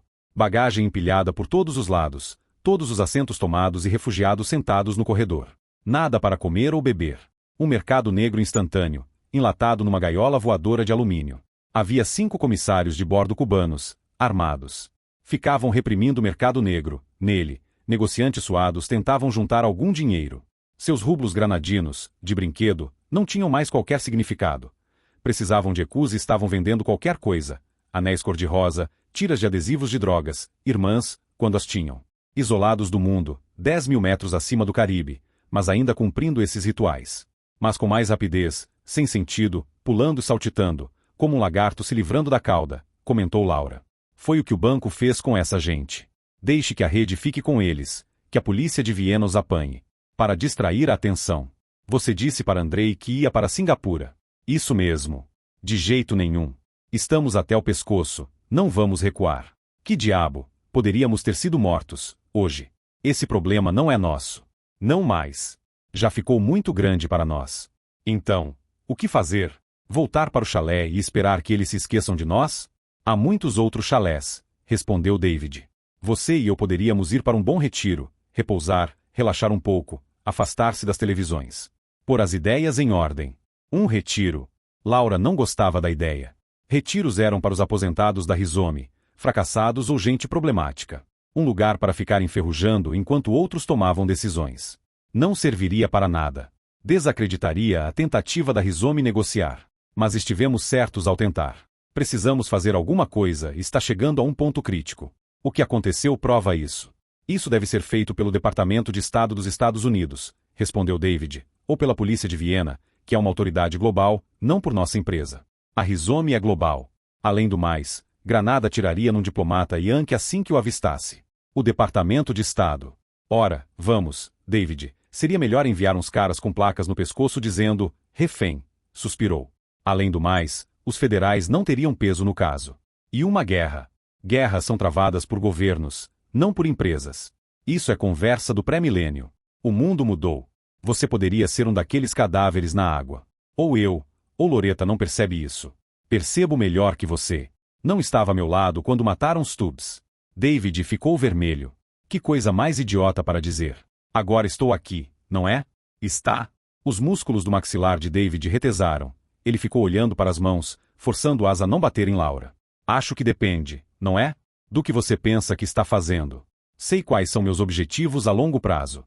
Já é mais do que você pode dizer, disse ela, tocando o rosto da criança.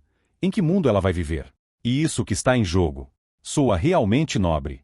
A um passo da megalomania. O mundo é maior que nós dois. Não vivemos no globo, Laura. Vivemos um com o outro. E com nossa filha. Respirou fundo, para desabafar. Cansei, é isso. Talvez minha hora já tenha chegado. Certo, fiquei na linha de frente para a Rizome. Fiz minha parte. Vigiei os cadáveres. Minha casa foi incendiada, debaixo de meu nariz. Mas não me pagam o suficiente para eu arriscar a vida.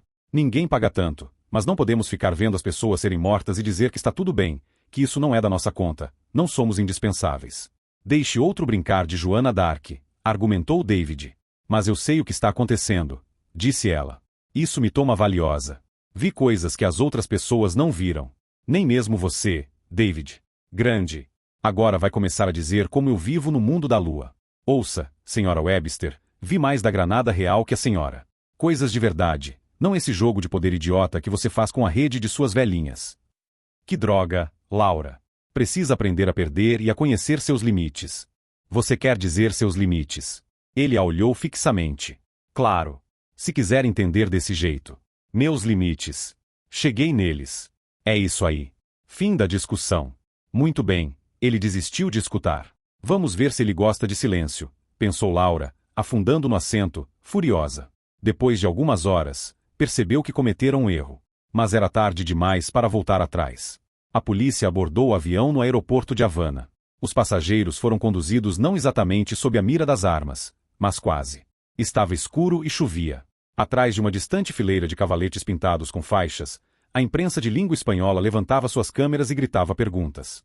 Um exilado tentou ir na direção deles, sacudindo os braços, mas rapidamente teve de voltar. Entraram numa ala do terminal que estava cercada de jipes e fervilhava de agentes da alfândega. A polícia de Viena estava presente, muito bem vestida paisana, com seus terminais portáteis e óculos estranhos. Os refugiados começaram a ser alinhados pelos policiais. Os agentes cubanos pediam documentos. Triunfantes, escoltaram um grupo de técnicos sorridentes à frente dos vistosos vienenses. Batalhas simbólicas entre polícias. Cuba nunca fora tão agitada pela convenção. Laura Sani Obanashi Shitaino de Zugea. Alguém exclamou. Coco de Zu, respondeu ela, tentando localizar as pessoas. Era um jovem casal japonês, perto de uma porta de saída, ao lado de um policial cubano, uniformizado. Vamos, disse ela para David, na primeira vez que lhe dirigia a palavra em horas, rumando para o casal. Donata Nigoyo de Zuka? A mulher sorriu, embaraçada, e se inclinou. Rara Hebsta. Hi, sou eu, disse Laura, fazendo um sinal para David. Coriva David Webster Toi o Mono de Zu. A mulher estendeu a mão para o cestinho de Loreta. Surpreso, David deixou que ela pegasse. A jovem franziu o nariz. Omutsu Torikaetia Ogai Tomoimazu. Sim, elas acabaram, respondeu Laura olhares de desentendimento. Fraldas. Eigo Vachaberi Mazukal. Os jovens menearam as cabeças, tristes. Eles não falam inglês, disse Laura para David. E que tal? Disse David. Yo no hablo japonês. Um pouquito solo.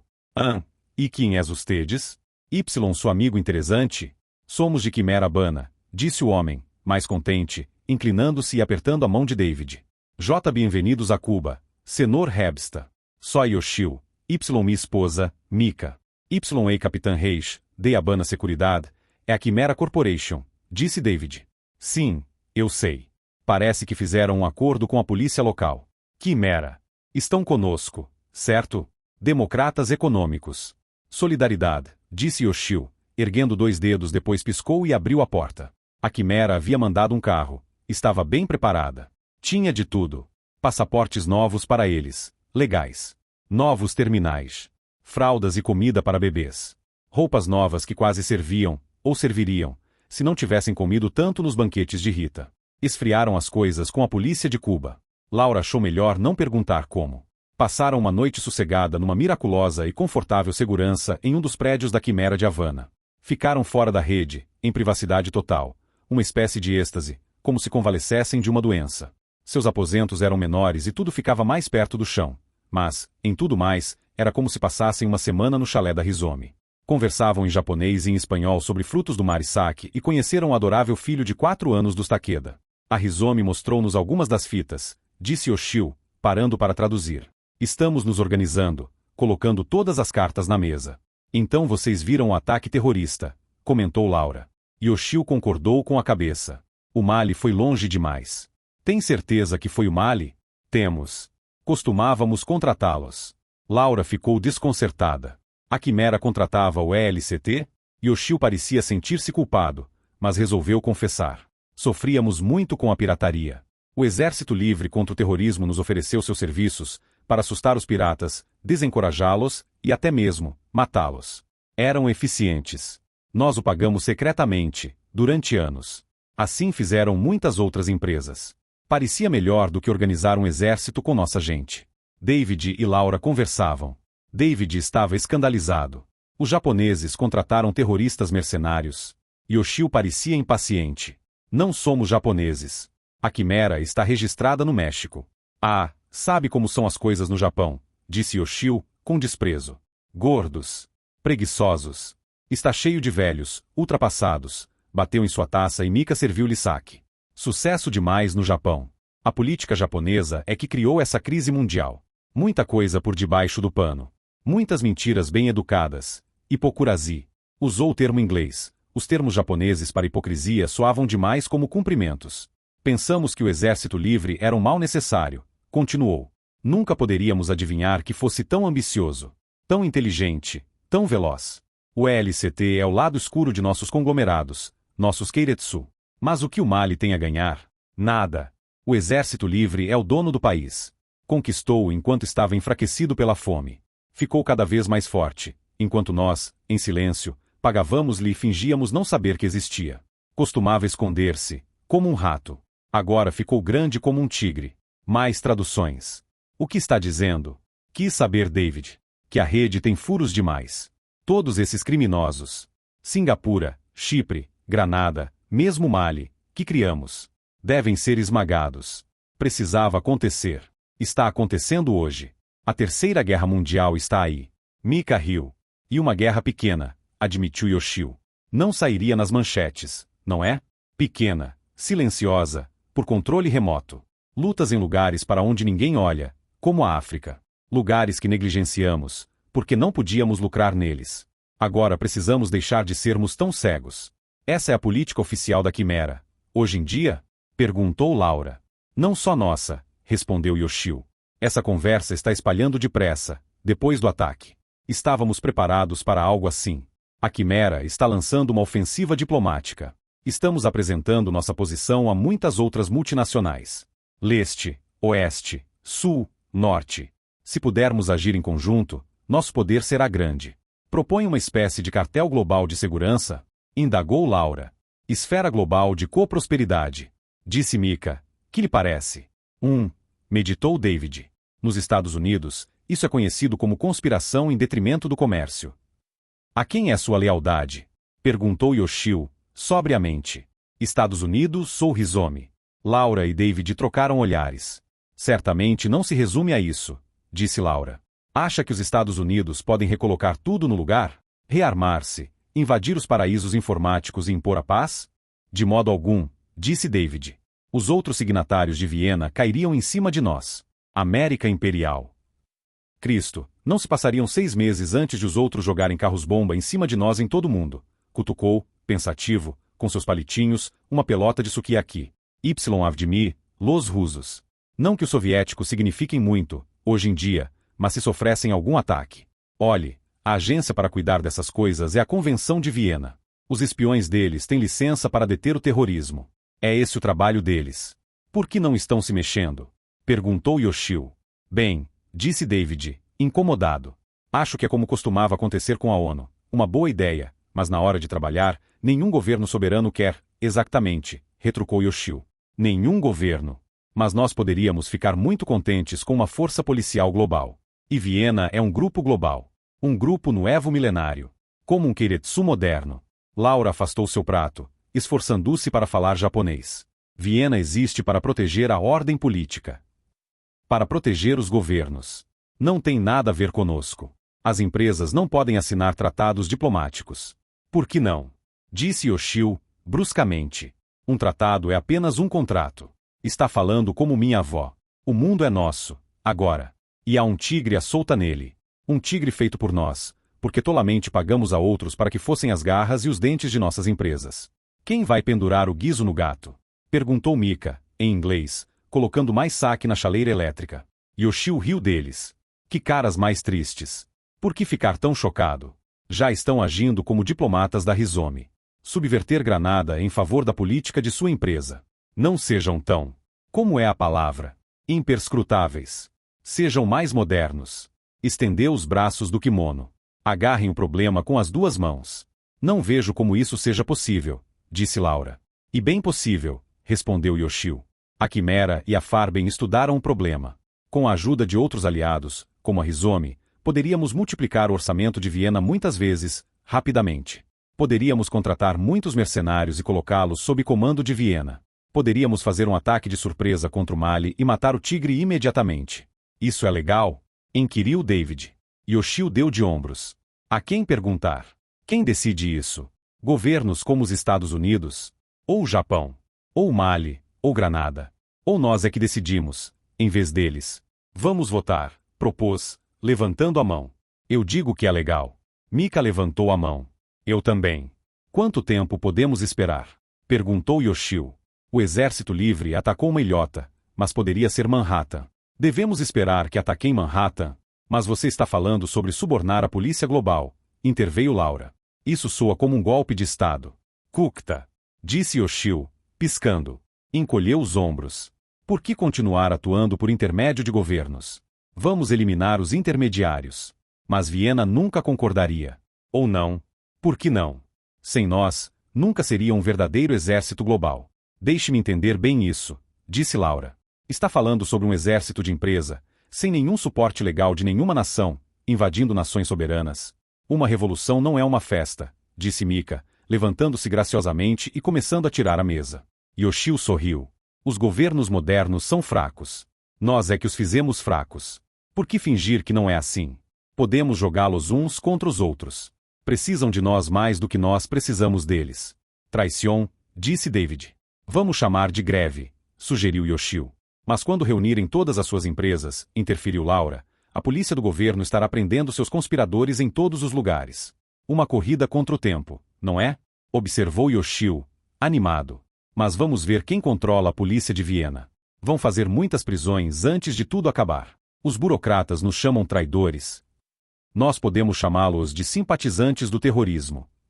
Mas você está falando de revolução global. Chame de racionalização, replicou Yoshio, entregando um prato para Mika. Soa melhor. Removemos barreiras desnecessárias no fluxo da rede global. Barreiras que, por acaso, são governos. Mas com que mundo ficaríamos, então? Dependeria de quem fizesse as novas regras. Quem se juntar ao lado vencedor poderá votar. Se não, respondeu Yoshio, encolhendo os ombros. E se nosso lado perder?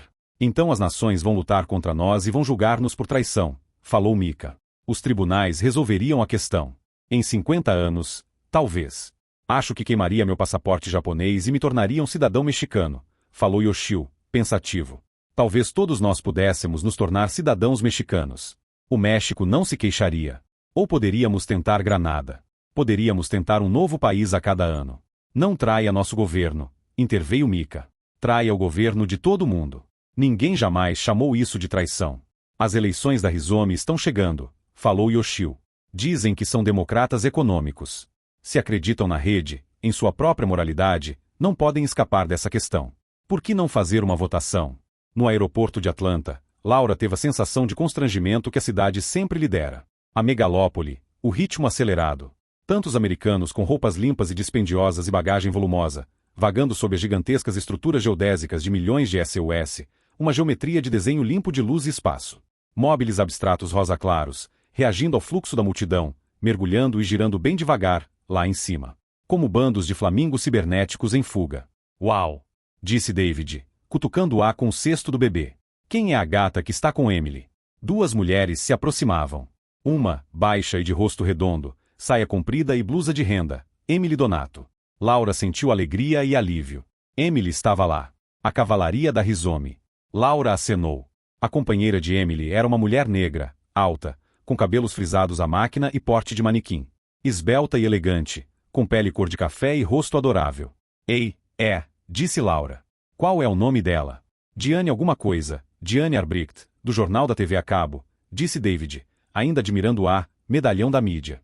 Olhe, tem pernas, como gente de verdade. David abraçou Emily fortemente, levantando-a do chão. Emily riu e beijou-lhe o rosto.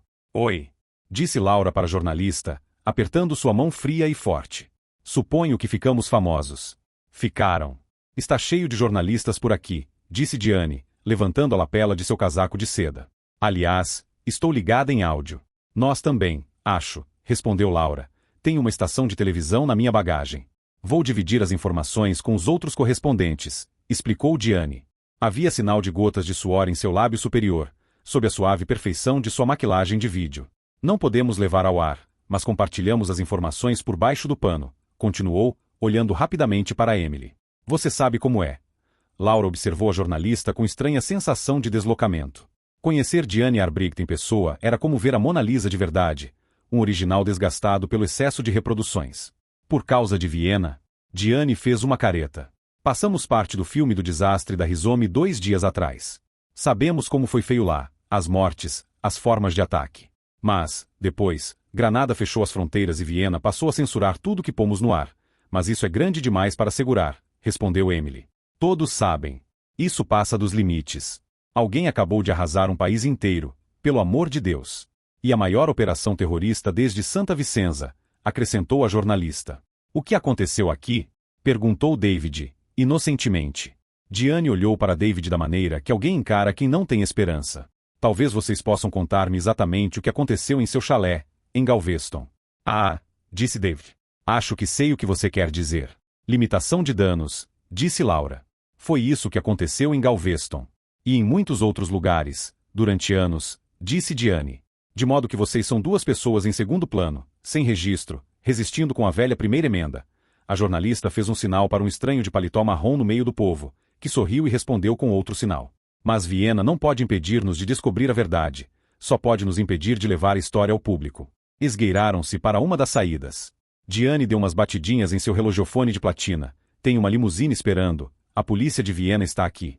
Disse David. Diane ergueu os olhos, placidamente. Não. E só um cara com vídeo-óculos. Como sabe? Perguntou David. Ele não tem a vibração certa dos vienenses, explicou a jornalista, pacientemente. Vídeo-óculos não querem dizer muita coisa. Eu mesmo os uso, às vezes. Nós usamos vídeo-óculos durante dias, falou Laura. Quer dizer que vocês gravaram tudo? Todo o seu passeio em Granada? Em fita? Perguntou Diane, olhando para ela. Cada minuto, disse David. Quase tudo. Isso vale muito, disse Diane. Deve valer, resmungou David. Foi um verdadeiro inferno. Emily, disse Diane, quem possui os direitos e quanto vocês querem? A Rhizome não barganha notícias, respondeu ela, virtuosamente. Isso é coisa de Gesellschaft. Além do mais, ao detalhe de explicar o que o pessoal da Rhizome estava fazendo num paraíso informático. Disse Diane, esse aspecto é delicado.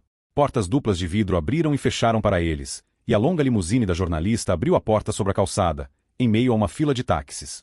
A limusine tinha janelas espelhadas e um conjunto de antenas de micro-ondas no teto que parecia armas de raios refrigeradas à água.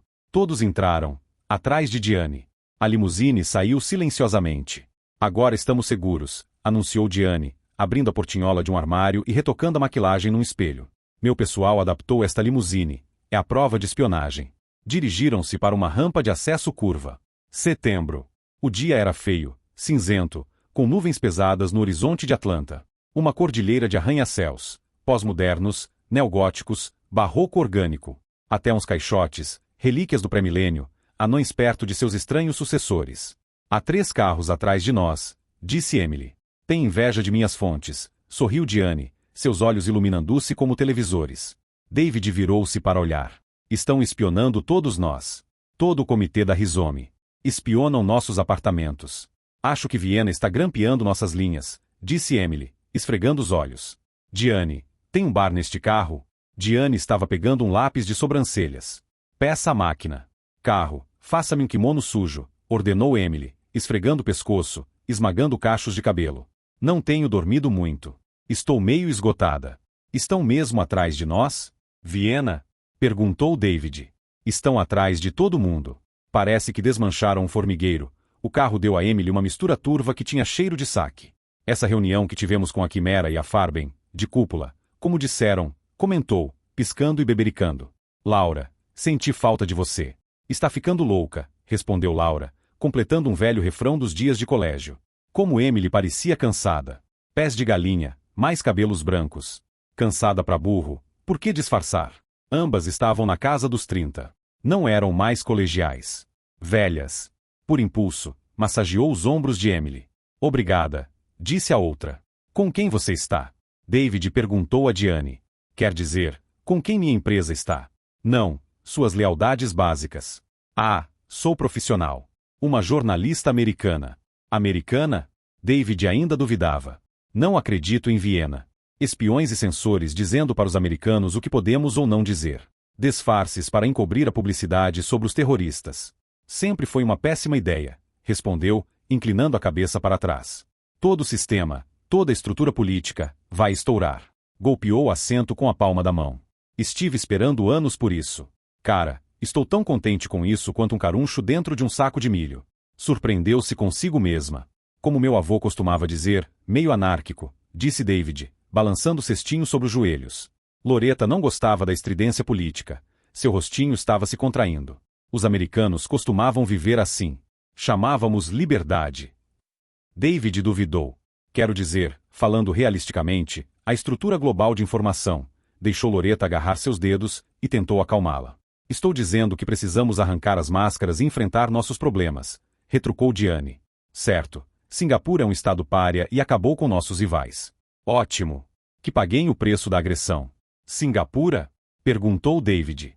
Você acha que Singapura é o ELCT? Diane inclinou-se para trás e olhou para os três. Bem, estou vendo que o pessoal da Rizome tem outra opinião. Havia uma leveza perigosa em sua voz. Laura já ouvirá aquele tom, durante as entrevistas, imediatamente antes que Diane colocasse sua vítima em xeque. A menina começou a chorar. Não falem todos ao mesmo tempo, brincou Diane. Como sabe que é Singapura? Interrogou Laura. Como? Está bem, vou contar-lhes, concedeu Diane, fechando a porta do armário de maquilagem com a ponta de sua bota italiana. Sei disso porque os bancos de dados piratas de Singapura estão cheios dessa história. Sabe, nós, jornalistas, precisamos de um lugar para trocar informações onde Viena não fique em nossos pés. E por isso que cada um de nós que vale alguma coisa é um pirata de dados. Ah, e estão rindo de tudo isso em Singapura. Estão se gabando. Está tudo bem em público, encarou-os. Já lhes contei. Agora, vocês me contêm. O LCT é a polícia secreta da República do Mali, falou Emily. Não me venha com essa, cortou Diane, desanimada. Vocês ouvem coisas feias sobre Mali todo o tempo. Nada é novo. Mali é um regime de fome, cheio de mercenários e sua reputação fede. Mas não se atreveria a armar um golpe tão grande e flagrante como o ataque do LCT contra Granada. Mali, desafiando Viena com uma atrocidade terrorista internacional? Isso não faz sentido. Por que não? Quis saber Laura. Por que Viena poderia nocautear Mali amanhã? Não há nada para detê-la. Outro golpe na África não apareceria nem nas notícias da meia-noite. Se o LCT fosse Mali, Viena teria acabado com ele há muito. Mas, Singapura, bem, já viram Singapura? Não, mas, Singapura odeia Granada. E os dois abominam Viena. Odeiam a ideia de uma ordem política global, a menos que a dirijam. São rápidos, fortes, inescrupulosos e têm sangue frio. Fazem os rastafaris granadinos parecerem Bill Cosby. Quem? Perguntou David. Você quer dizer, Bing Cosby? Diane o encarou por um instante. Você não é preto de verdade, não é? Ou essa aí não é sua filha, amigo? Ah, sim, foi aquela, loção de bronzear. Diane fez um gesto com a mão. Está bem, eu estive na África e me disseram que eu parecia francesa. Mas o Mali. E pura desinformação. O Mali não tem dinheiro nem motivo e tudo isso é boato velho. A limusine parou, o que a interrompeu. Edifício Oxford, senhorita Arbright. Ponto final, disse Emily, colocando seu drink de lado. Voltaremos a falar com você, Diane. Diane voltou a acomodar-se no banco. Olhe, vou querer aquelas fitas de Granada. Eu sei. E elas não vão valer muito se Viena fizer algum movimento importante. Isso tira qualquer matéria da rede. Carro, abra a porta. Emily saiu. Laura e David apressaram-se atrás dela. Obrigada pela carona, Diane. Fiquei em contato. As portas da limusine bateram. O andar térreo do edifício Oxford era como uma cidade em miniatura. Luz solar saudável e artificial jorrava de lâmpadas fluorescentes sobre as pequenas mercearias finas e boutiques discretas. Havia segurança particular, vestida como os Keystone Cops, com chapéus altos engraçados e casacas com botões de latão. Adolescentes de aspecto suave cruzavam em bicicletas de bancos de espaldar alto na frente das vitrinas de cores pastéis. Entraram no mercadinho, à procura de fraldas e comida para bebês, colocando a conta no cartão de Emily. Juntaram-se a um grupo de 2 dúzias de moradores chateados, esperando em fila, num banco curvo, de madeira de lei. Um elevador chegou e todos embarcaram. Os andares passavam rápidos, num fantasmagórico silêncio de levitação magnética, com o suspiro ocasional de um passageiro ou virar as páginas de um jornal. Saíram no andar de Emily e seus ouvidos estalaram. O ar tinha o mesmo cheiro no térreo ou no 50º andar. Nas paredes havia mapas com códigos de cores. Pegaram um ônibus no saguão. Degraus e passagens destacavam-se para todos os lados, levando a pátios, o que os sociólogos chamavam espaço protegido. Emily conduziu-os para fora do ônibus e subiu por uma passagem. Um robô da segurança passou, rastejando. Era um micro-robo de aspecto desagradável, com olhos esbugalhados e focinho coberto de pó. Emily passou o cartão na porta, para abri-la. Entraram num apartamento de 3 aposentos, arte deco, branco e preto. David levou a filha para o banheiro, enquanto Emily passava para a pequena cozinha. Uau! Disse Laura. Você mudou muito o apartamento. Não é meu, é de Arthur. Sabe, o fotógrafo. Aquele cara com quem você estava namorando? As paredes estavam cheias de ampliações, estudos de paisagens, árvores desfolhadas, uma modelo de rosto redondo, em branco e preto, como Greta Garbo com ar de culpada no rosto. Puxa. Laura quase riu, apontando. Essa é você. Ei. Saiu bem. Gostou? Eu também. Quase sem retoque. Tá legal. Fizeram um pequeno trabalho de digitalizador, disse Emily, espiando o interior do freezer. Temos almôndegas de frango, peixe, carneiro ao curry Rajaratnam, para 2, algo simples e americano, sugeriu Laura. A última coisa que ouvi dizer é que você e Arthur tinham brigado. Mas, agora, estamos de bem e muito bem, falou Emily, brincando. Desculpe se não temos comida melhor, mas a última coisa que Arthur e eu fazemos aqui é cozinhar. Sabe, meu apartamento está todo vigiado, mas está 8 andares mais embaixo. Num ninho de ratos como o edifício Oxford, é como se fosse em Dallas. Este lugar é como uma casa protegida, como qualquer outra. Arthur não esquenta. Acho até que ficou excitado com toda a agitação. Sorriu. Sou a mulher misteriosa dele. Vou conhecê-lo. Não está na cidade, mas espero que sim, respondeu Emily, encaixando as bandejas no micro-ondas. Tenho muitas esperanças. Acho que finalmente descobri o método do romance moderno. Laura riu. E como é? Vida melhor através da química, disse Emily, corando. Romance. Já lhe contei? Não, Laura remexeu o bolso do jeans, onde, além de os trocados e de amendoins salgados do avião, havia outra coisa. Quer dizer, isto aqui? Emily arregalou os olhos para o frasco de plástico. Jesus! Você passou pela alfândega com o bolso cheio de pimentas vermelhas. Não são ilegais, não é? Estranhou Laura. Esqueci delas. Onde arranjou isso? Em Granada. Com uma puta. Emily deixou cair o queixo. Essa é a Laura Webster que conheci? Está de barato com elas. Agora? Bem, e você, andou tomando? Só umas 2 vezes. Posso ver? Pediu Emily, sacudindo o frasco. Menina, parece uma mega dose. Não sei, tomei e fizeram de mim uma panaca. Você pode até achar que voltei para Arthur rastejando depois da briga que tivemos, mas parece que fez bem para nós dois. Acho que é errado ser tão orgulhosa. Tome uma dessas e todas as outras coisas, os problemas, parecerão não fazer sentido. Você e David não estão tendo problemas, não é? Não, defendeu-se Laura. David saiu do banheiro com o bebê recém-trocado no colo. Emily escondeu rapidamente o frasco numa gaveta da cozinha. O que houve? Vocês duas estão com ar de quem aprontou alguma coisa. De novo. Estava dizendo como vocês mudaram, disse Emily. Sabe de uma coisa, Dave? Você fica bem de preto. Melhorou bem o visual. Engordei um pouco em Granada. Mas continua bem. Ele quase sorriu. Isso mesmo, elogio bobalhão. Vocês duas estavam falando da política da empresa, não é? Podem contar-me as más notícias, disse ele, sentando-se numa banqueta do bar, preta e cromo. Presumindo que seja seguro conversar aqui dentro, todos estão falando sobre vocês. Os Webster ganharam muitos pontos com essa. Ótimo. Talvez possamos descansar um pouco, agora. Não sei, não, advertiu Emily. Francamente, vocês serão muito solicitados. O comitê quer que vocês compareçam a uma sessão do conselho. São os especialistas da situação. E também a Singapura. Mas que droga! Disse David. O parlamento de Singapura está procedendo a sessões abertas sobre sua política de paraíso informático. Suvendra está lá. Tem sido nosso contato com o Islamic Bank e vai testemunhar. A coisa está complicada. Suvendra pode cuidar disso, argumentou David. Claro, respondeu Emily, mas se cuidar direitinho, vai ganhar a eleição para o comitê com toda facilidade. Mas espere um pouco, alarmou-se David. Não sabe como a coisa mudou aqui no continente. Há um mês, era assunto secundário, mas, agora, é uma crise central. Ouviu como Diane falava. Um mês atrás, uma jornalista de primeira linha como ela não teria tempo para mim. Mas, de repente, somos irmãzinhas.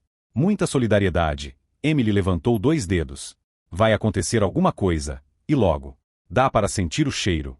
Como Paris 1968 ou Gorbachev, no começo. Mas pelo mundo inteiro, falava sério.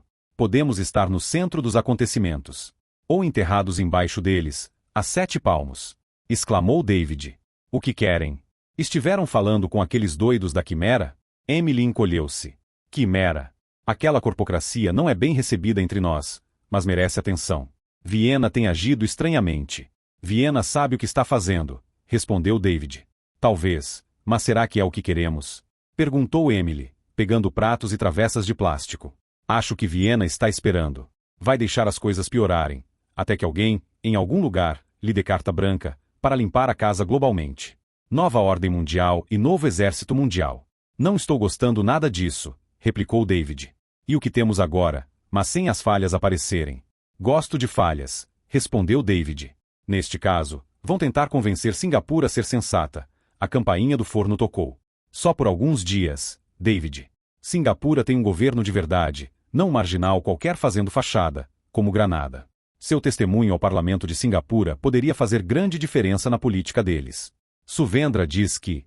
O rosto de David ficou carregado. Vamos ser mortos. Não entenderam, ainda? Todos os becos e falhas do sistema se tornarão zonas de combate. A gente lá fora que nos mataria por nada e, se puder nos matar por dinheiro, vai ficar encantada. Sabem quem somos, é o que mais me assusta. Somos valiosos, agora, queixou-se, esfregando o queixo barbudo. Vamos fugir daqui, para um chalé ou retiro e, se quiser cuidar de Singapura, Emily, chame Viena e financie a divisão do exército combatente da Rizome.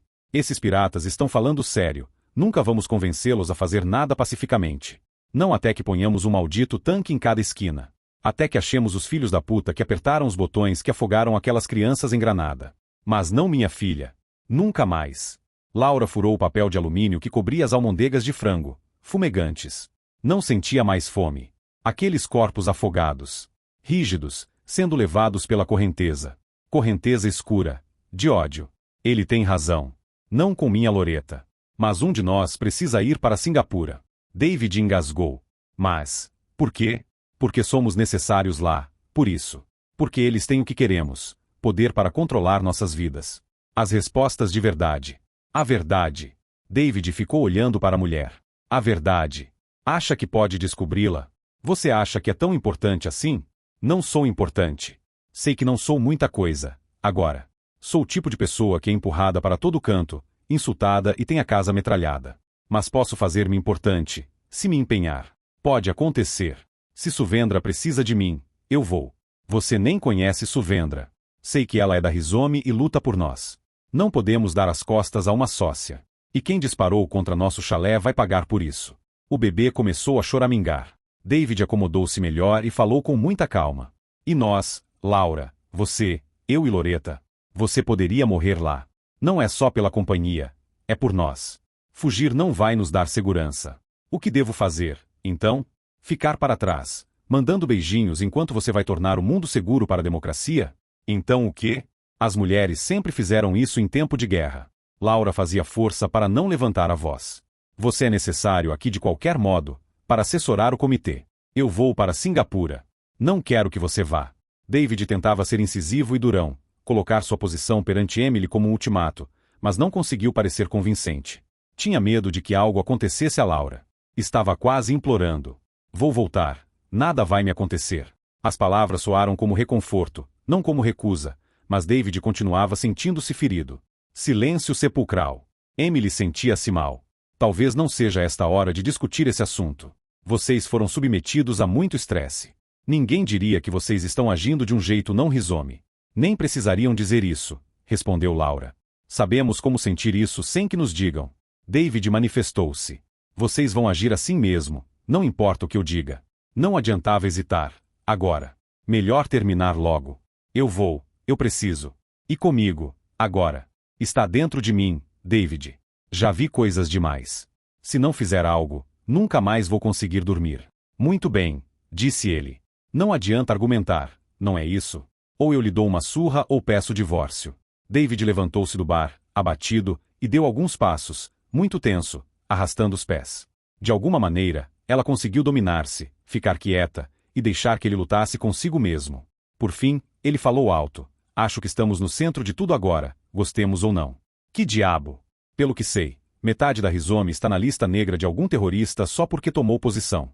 Se recuarmos na frente de criminosos, nunca mais viveremos bem. Parou, olhando para Laura.